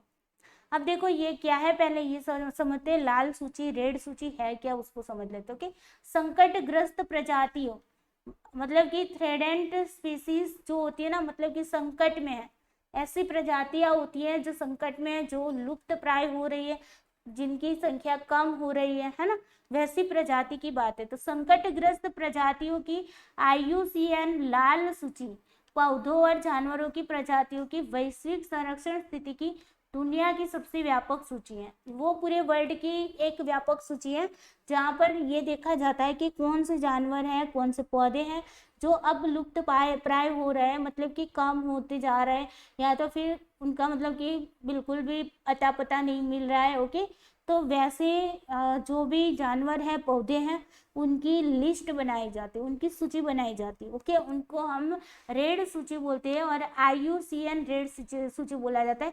अब ये IUCN जो है उसका फुल फॉर्म पूछा जा सकता है आपको, international union for conversation of nature. Okay, याद रखना है again, international union for conservation of nature. Okay, conservation है, कंजर्वेशन ऑफ नेचर, क्लियर। उनके मतलब उनके द्वारा रेड लिस्ट जारी किया जाता है और ये रेड लिस्ट दुनिया की सबसे व्यापक सूची होती है जहाँ पर जानवर और प्रजातियों की संरक्षण स्थिति की वहां पर बताया जाता है। ओके, यह हजारों प्रजातियों के विलुप्त होने के जोखिम का मूल्यांकन करने के लिए मात्रात्मक मानदंडों के एक सेट का उपयोग करता है और ये मानदंड अधिकांश प्रजातियों और दुनिया के सभी क्षेत्रों के लिए प्रासंगिक होते, पूरे वर्ल्ड की बात हो रही है। ओके, बस सिंपल सा मीनिंग है कि भाई रेड लिस्ट में कौन से किसकी वहां पर बात होती है, तो जो ऐसे पौधे, ऐसे जानवर जो क्या है लुप्त प्राय हो रहे हैं, मतलब कि जिनकी मतलब वो विलुप्त हो रहे हैं। ओके, मतलब विलुप्त हो रहा है, दिख नहीं रहे। हमने बीच में पता है, सबको पता होगा, तो क्या बोलती है आपको, गोरैया बोलते हैं ना, स्पैरो को गोरैया बोलते हैं ना, तो उनकी संख्या बहुत कम होने लगी थी, तो उनके संरक्षण के लिए भी मतलब सोचा गया था। कैसे पता चला कि उनकी मतलब संख्या कम हो रही, तो इसी रेड सूची के आधार पर पता चलता है। ओके, चलिए उसके बाद देखो कि अपने मजबूत वैज्ञानिक आधार के साथ IUCN रेड लिस्ट को जैव विविधता की स्थिति के लिए सबसे आधिकारिक गाइड के रूप में मान्यता प्राप्त है। ओके, चलिए ये बात हो गई। IUCN रेड लिस्ट जो है वो क्या है भाई, जानवर और प्रजातियों की, जानवर और पौधे की जो प्रजाति है जो विलुप्त हो रही है, ओके, उनका मूल्यांकन करती है। क्लियर, चलो अब यहाँ पर देखो कि अगर हम बात करें तो यहाँ पर 41% जो है वो एम्फीबियंस जो होते हैं, ओके, उनकी यहाँ पर दिए हुए परसेंटेज के इतने परसेंटेज है। ओके, 41%। मैमल्स के पूछा गया है तो 26% है मैमल्स। ओके, अब देखो यहाँ पर आपको परसेंटेज मतलब 25 से लेकर 30 तक आप मान सकते हो। ओके, लेकिन यहाँ पर 26 दिया है तो 25 अराउंड आप मान सकते हो। क्लियर, उसके बाद है 30 फॉर कॉनिफर्स। ओके, उसके बाद बर्ड्स जो है वो 13% है। उसके बाद शार्क एंड रेज है वो 37% है। रीफ कोरल्स जो है वो 33% है। ओके, फिर सिलेक्टेड क्रस्टेशियंस जो है वो 28% है। रेप्टाइल्स जो है वो मतलब 21% है। काइकैड्स जो है वो मतलब कि 63%। ओके, तो ये सारे आपको याद रखने, कोई भी पूछा जा सकता है। अभी आपको मैमल्स का पूछा गया है तो मान लो कि आपको कॉनिफर्स का भी पूछा जा सकता है, बर्ड्स का भी पूछा जा सकता है। ओके, तो ये जो परसेंटेज है वो आपको याद रखने हैं। ओके, क्लियर, तो यहाँ पर आपका आंसर अब आपको पता चल गया क्या आंसर आएगा। यस, तो यहाँ पर 25% is the correct answer. Clear, चलो क्वेश्चन नंबर 33 लगाओ। क्वेश्चन नंबर 33 कह रहा है भारतीय मानक के अनुसार पेयजल में आर्सेनिक की अनुमेय सीमा कितनी है। ओके, जो ड्रिंकिंग वाटर होता है उसके अंदर आर्सेनिक का उसकी लिमिट कितनी है। ओके, मैक्सिमम लिमिट कितनी है, परमिशेबल लिमिट कितनी है बताओ। 0.05 mg या फिर लीटर। ओके, उसके बाद है 2 सेकंड में 0.5 mg या लीटर, 1.0 mg या लीटर, 2.0 mg या लीटर। बताइए क्या आंसर आएगा, इसका आंसर करें सब बच्चे।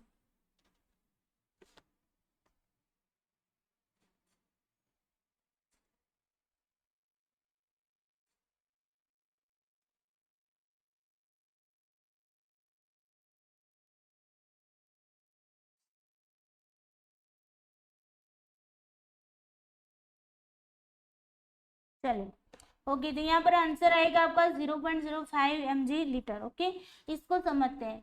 ये है आपका परमिशिबल लिमिट और मैक्सिमम लिमिट, ये दोनों आपको याद रखनी। ओके, तो देखो यहाँ पर समझते हैं कि अगर पीएच पूछा जा सके तो पीएच जो है वो 6.52 लेकर 8.5 है। ओके, नो रिलैक्सन मतलब मैक्सिमम लिमिट इसकी कोई नहीं है। टीडीएस का पूछा जा सकता है तो 500 से लेकर आपका 500 है परमिशेबल लिमिट और मैक्सिमम लिमिट अगर है तो वो सॉरी 2000 है। ओके, हार्डनेस की बात की जाए, ओके, CO3 की बात की जाए तो 200 और मैक्सिमम है 600। अल्कालिनिटी की बात हो रही है तो CaCO3 की ही बात हो रही है। ओके, उसके अंदर अल्कालिनिटी की बात हो रही है तो वो क्या है 200 600। ओके, निट्रेट की बात हो रही है तो 45 और नो रिलैक्सेशन, मतलब कि उसके अंदर मैक्सिमम कुछ नहीं। सल्फेट की बात हो रही है तो 200 परमिसिबल लिमिट है और मैक्सिमम उसकी 400 होगी। फ्लोराइड की बात हो रही है तो परमिसिबल लिमिट जो है वो 1 है और मैक्सिमम लिमिट 1.5 है। ओके, तो ये याद रखना है। सल्फेट याद रखना है। क्लोराइड की बात हो रही है, क्लोराइड भी याद रखिए 250 है उसकी परमिसिबल लिमिट है और मैक्सिमम लिमिट जो है वो 1000 है। ओके, टुर्बिडिटी है, टुर्बिडिटी, ओके, NTU जिनको बोलते हैं तो उसके अंदर 5 है परमिसिबल लिमिट और यहाँ पर मैक्सिमम है 10।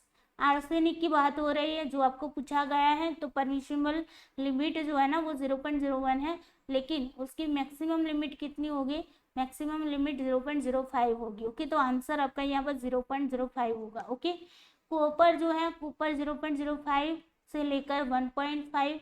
ओके, कैडमियम जो है वो आपका 0.003, नो रिलैक्सेशन। उसके बाद है chromium, chromium 0.05, no relaxation. Okay, lead है 0.01, नो रिलैक्सेशन। ओके, मतलब मैक्सिमम उसकी लिमिट नहीं है कुछ। आयरन की कितनी है 0.3 और उसकी मैक्सिमम लिमिट नहीं है। ओके, परमिसिबल लिमिट है 0.3। जिंक की बात की जा रही है तो 5 है उसकी परमिसिबल लिमिट और मैक्सिमम लिमिट है 15। उसके बाद है फैकल क्वालिफॉर्म की बात करते हैं तो 0 है यहाँ पर और ई क्वाली की 0 ओके, तो यहाँ पर आपको ये सारे याद करने हैं, अपनी नोट के अंदर लिख लेना सभी। ओके, तो यहाँ पर आंसर क्या आएगा आपका 0.05 mg। ओके, देखो अब आप कहोगे कि मैम यहाँ पर 0.01 लिखा है, ऑप्शन में कहीं पर भी 0.01 है नहीं है। ऑप्शन में देख लीजिए 0.01 अगर होता तो आप उसको लगा सकते थे परमिशिबल लिमिट के अंदर। ओके, लेकिन वो नहीं दिया है तो आपको मैक्सिमम जो दिया है उसी को लगाना है। ओके, मैक्सिमम कितना है 0.05 mg लीटर। Okay, clear. चलो क्वेश्चन नंबर 34 आज का लास्ट क्वेश्चन है। ऊर्जा सुरक्षा परिप्रेक्ष्य से भारत के लिए निम्नलिखित में से किस स्रोत को सर्वाधिक सुरक्षित माना जाता है? कौन सा ऐसा स्रोत है, एनर्जी सोर्स है जिसको मतलब सबसे ज्यादा सुरक्षित माना जाता है? जियोथर्मल, सोलर, विंड के हाइड्रो, किसको माना जाता है बताओ? सभी बच्चे इसका आंसर करेंगे।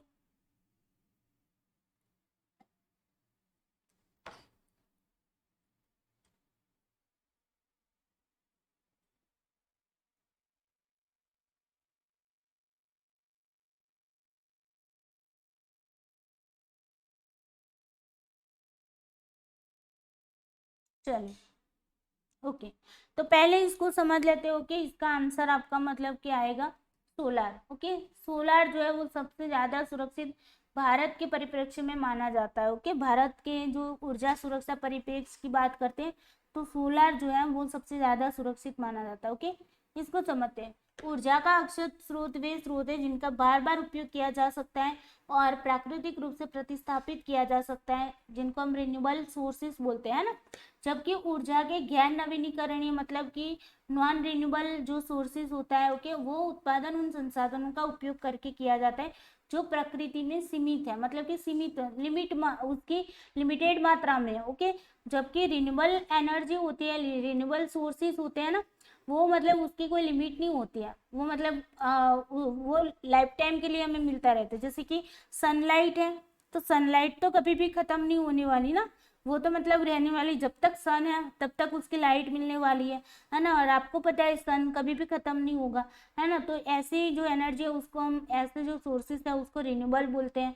ओके, जिस तरीके से पवन है, ओके, पवन ऊर्जा जिनको विंड पावर बोलते हैं, है ना, विंड सोर्सेस बोलते हैं, तो वो तो खत्म होने वाले नहीं है ना। तो वैसे जो सोर्सेज हैं जिनको रिन्यूएबल सोर्सेज के रूप में माना जाता है। ओके, और जो नॉन रिन्यूएबल एनर्जी होती है, नॉन रिन्यूएबल सोर्सेज होते हैं, वो लिमिट मात्रा, मतलब उनकी मात्रा जो होती है वो लिमिटेड होती है। ओके, और पुनः उत्पन्न होने में उनको क्या होता है, लाखों वर्ष निकल जाते हैं। जैसे कि कोल है तो कोयला जो है मतलब कि वो क्या है, नॉन रिन्यूएबल सोर्सेस है, तो जो मतलब कि उसको उत्पन्न होने में लाखों करोड़ों वर्ष निकल जाते हैं। ओके, अक्षय ऊर्जा में जैसे सोर्स होते हैं जो अगर हम रिन्यूएबल एनर्जी की बात करते हैं तो उसके अंदर सोलार है, ओके, जो सूर्य से प्राप्त होता है, ओके, विंड है, विंड किससे, पवन वेग से प्राप्त होता है, ओके, वेव जो लहर होती है ना समुद्र की, समुद्र या नदी की जो लहर होती है उनसे प्राप्त होता है। टीडल ज्वार भाटा जिनको बोलते हैं, उच्च ज्वार और निम्न ज्वार की घटना के दौरान समुद्र में ज्वार से ऊर्जा प्राप्त होती है, ओके। जो हम बोलते हैं ना कि जो मून होता है, चंद्र होता है, सूर्य सूर्य चंद्र और पृथ्वी एक दूसरे के बीच में जब आते हैं, है ना, तो वैसे जो कंडीशन में जो मतलब कि बनती है, ओके, समुद्र के अंदर, तो उसी ऊर्जा से यहाँ पर, उसी घटना से यहाँ पर ऊर्जा प्राप्त होती है, ओके, उसको टीडल बोलते हैं। उसके बाद जियोथर्मल एनर्जी की बात करते हैं, भूतापीय ऊर्जा, पृथ्वी की जो सतह है उसके अंदर से जो गर्मी प्राप्त होती है ना, उसी से यहाँ पर एनर्जी मिलती है, ओके। तो ये सारी आपकी क्या है, रिन्यूएबल एनर्जी है, ओके, जो कभी भी खत्म नहीं होगी, वो तो मतलब मिलती है रहेगी, है ना। चल, जीवाश्म ईंधन थोड़े समय के बाद समाप्त हो जाते हैं, ओके। फ्यूल जो होते हैं ना, फॉसिल फ्यूल होते हैं ना, वो मतलब शॉर्ट टर्म के बाद मतलब समाप्त हो जाते हैं। ऊर्जा के स्रोत का पुनर्नवीनीकरण और पुनः उपयोग नहीं किया जाता है। ऐसे कुछ ऐसे भी मतलब कि सोर्सेस होते हैं, वो क्या होते हैं कि थोड़े टाइम के लिए हमें मिलते हैं, बाद में वो खत्म हो जाते हैं, उनका फिर से वो मतलब प्राप्त नहीं हो पाते, ओके। जबकि पन बिजली है, हाइड्रो इलेक्ट्रिसिटी है, ओके, फिर पवन ऊर्जा जिनको विंड एनर्जी बोलते हैं, सोलार एनर्जी है, ये सारे क्या है, रिन्यूएबल सोर्सेज है, मतलब बार बार उसको मतलब प्राप्त किया जाता है, वो कभी खत्म नहीं होते, ओके। इसलिए हम निष्कर्ष निकालते हैं कि जीवाश्म ईंधन ऊर्जा के गैर नवीनीकरणीय स्रोत है, ओके। तो आपको याद रखना है, फॉसिल फ्यूल की बात अगर आ जाती है तो वो नॉन रिन्यूएबल सोर्सेस माना जाता है, ओके। और यहाँ पर अगर भारत के परिप्रेक्ष्य में सुरक्षित की बात की जाती है तो सोलर जो है वो सबसे ज़्यादा मतलब सुरक्षित है, बिकॉज आपको बताया कि भारत इस जगह पर है। अगर हम उसके जो वृत्तों की बात करते, विषुव वृत्त है, मकर वृत्त है ना, उसकी बात करते तो भारत जो है ना वो यहाँ पर बीच के हिस्से में आता है, मतलब वहाँ पर गर्मी ज़्यादा होती है, ओके। उसी की वजह से सोलर जो एनर्जी है वो भी हमें ज़्यादा मिलती है, ओके। तो सबसे सुरक्षित अगर हम मानते हैं तो उसको सोलर को मानते हैं, ओके। तो यहाँ पर आपका आंसर क्या आएगा, solar energy is the correct answer, okay. I hope आपको आज की क्लास बहुत ही अच्छी लगी होगी, बहुत कुछ जानने को भी मिला होगा, ओके। तो जाते जाते वीडियो को लाइक करते जाना है, अपने दोस्तों को शेयर करना नहीं भूलना है, एंड इस चैनल को अगर आपने अभी तक सब्सक्राइब नहीं किया तो सब्सक्राइब करके रखिए, ताकि सारे के सारे वीडियोज़ की नोटिफिकेशन आपको टाइम टू टाइम मिलती रहे, ओके। तो चले दोस्तों, बाय बाय, टेक केयर, सबको जय श्री कृष्णा। कल मिलेंगे, एनवायरमेंट के ही क्वेश्चन लेकर आएंगे, ताकि सारे के सारे क्वेश्चन वो खत्म करवाएंगे। उसके बाद हम आपको जो लास्ट आपका यूनिट है आपका, ओके, एजुकेशन वाला, हायर एजुकेशन वाला, उसको और टीचिंग एप्टीट्यूड दोनों को साथ में मिला के चलेंगे, ओके। चलिए, bye bye, take care you, जय श्री कृष्णा।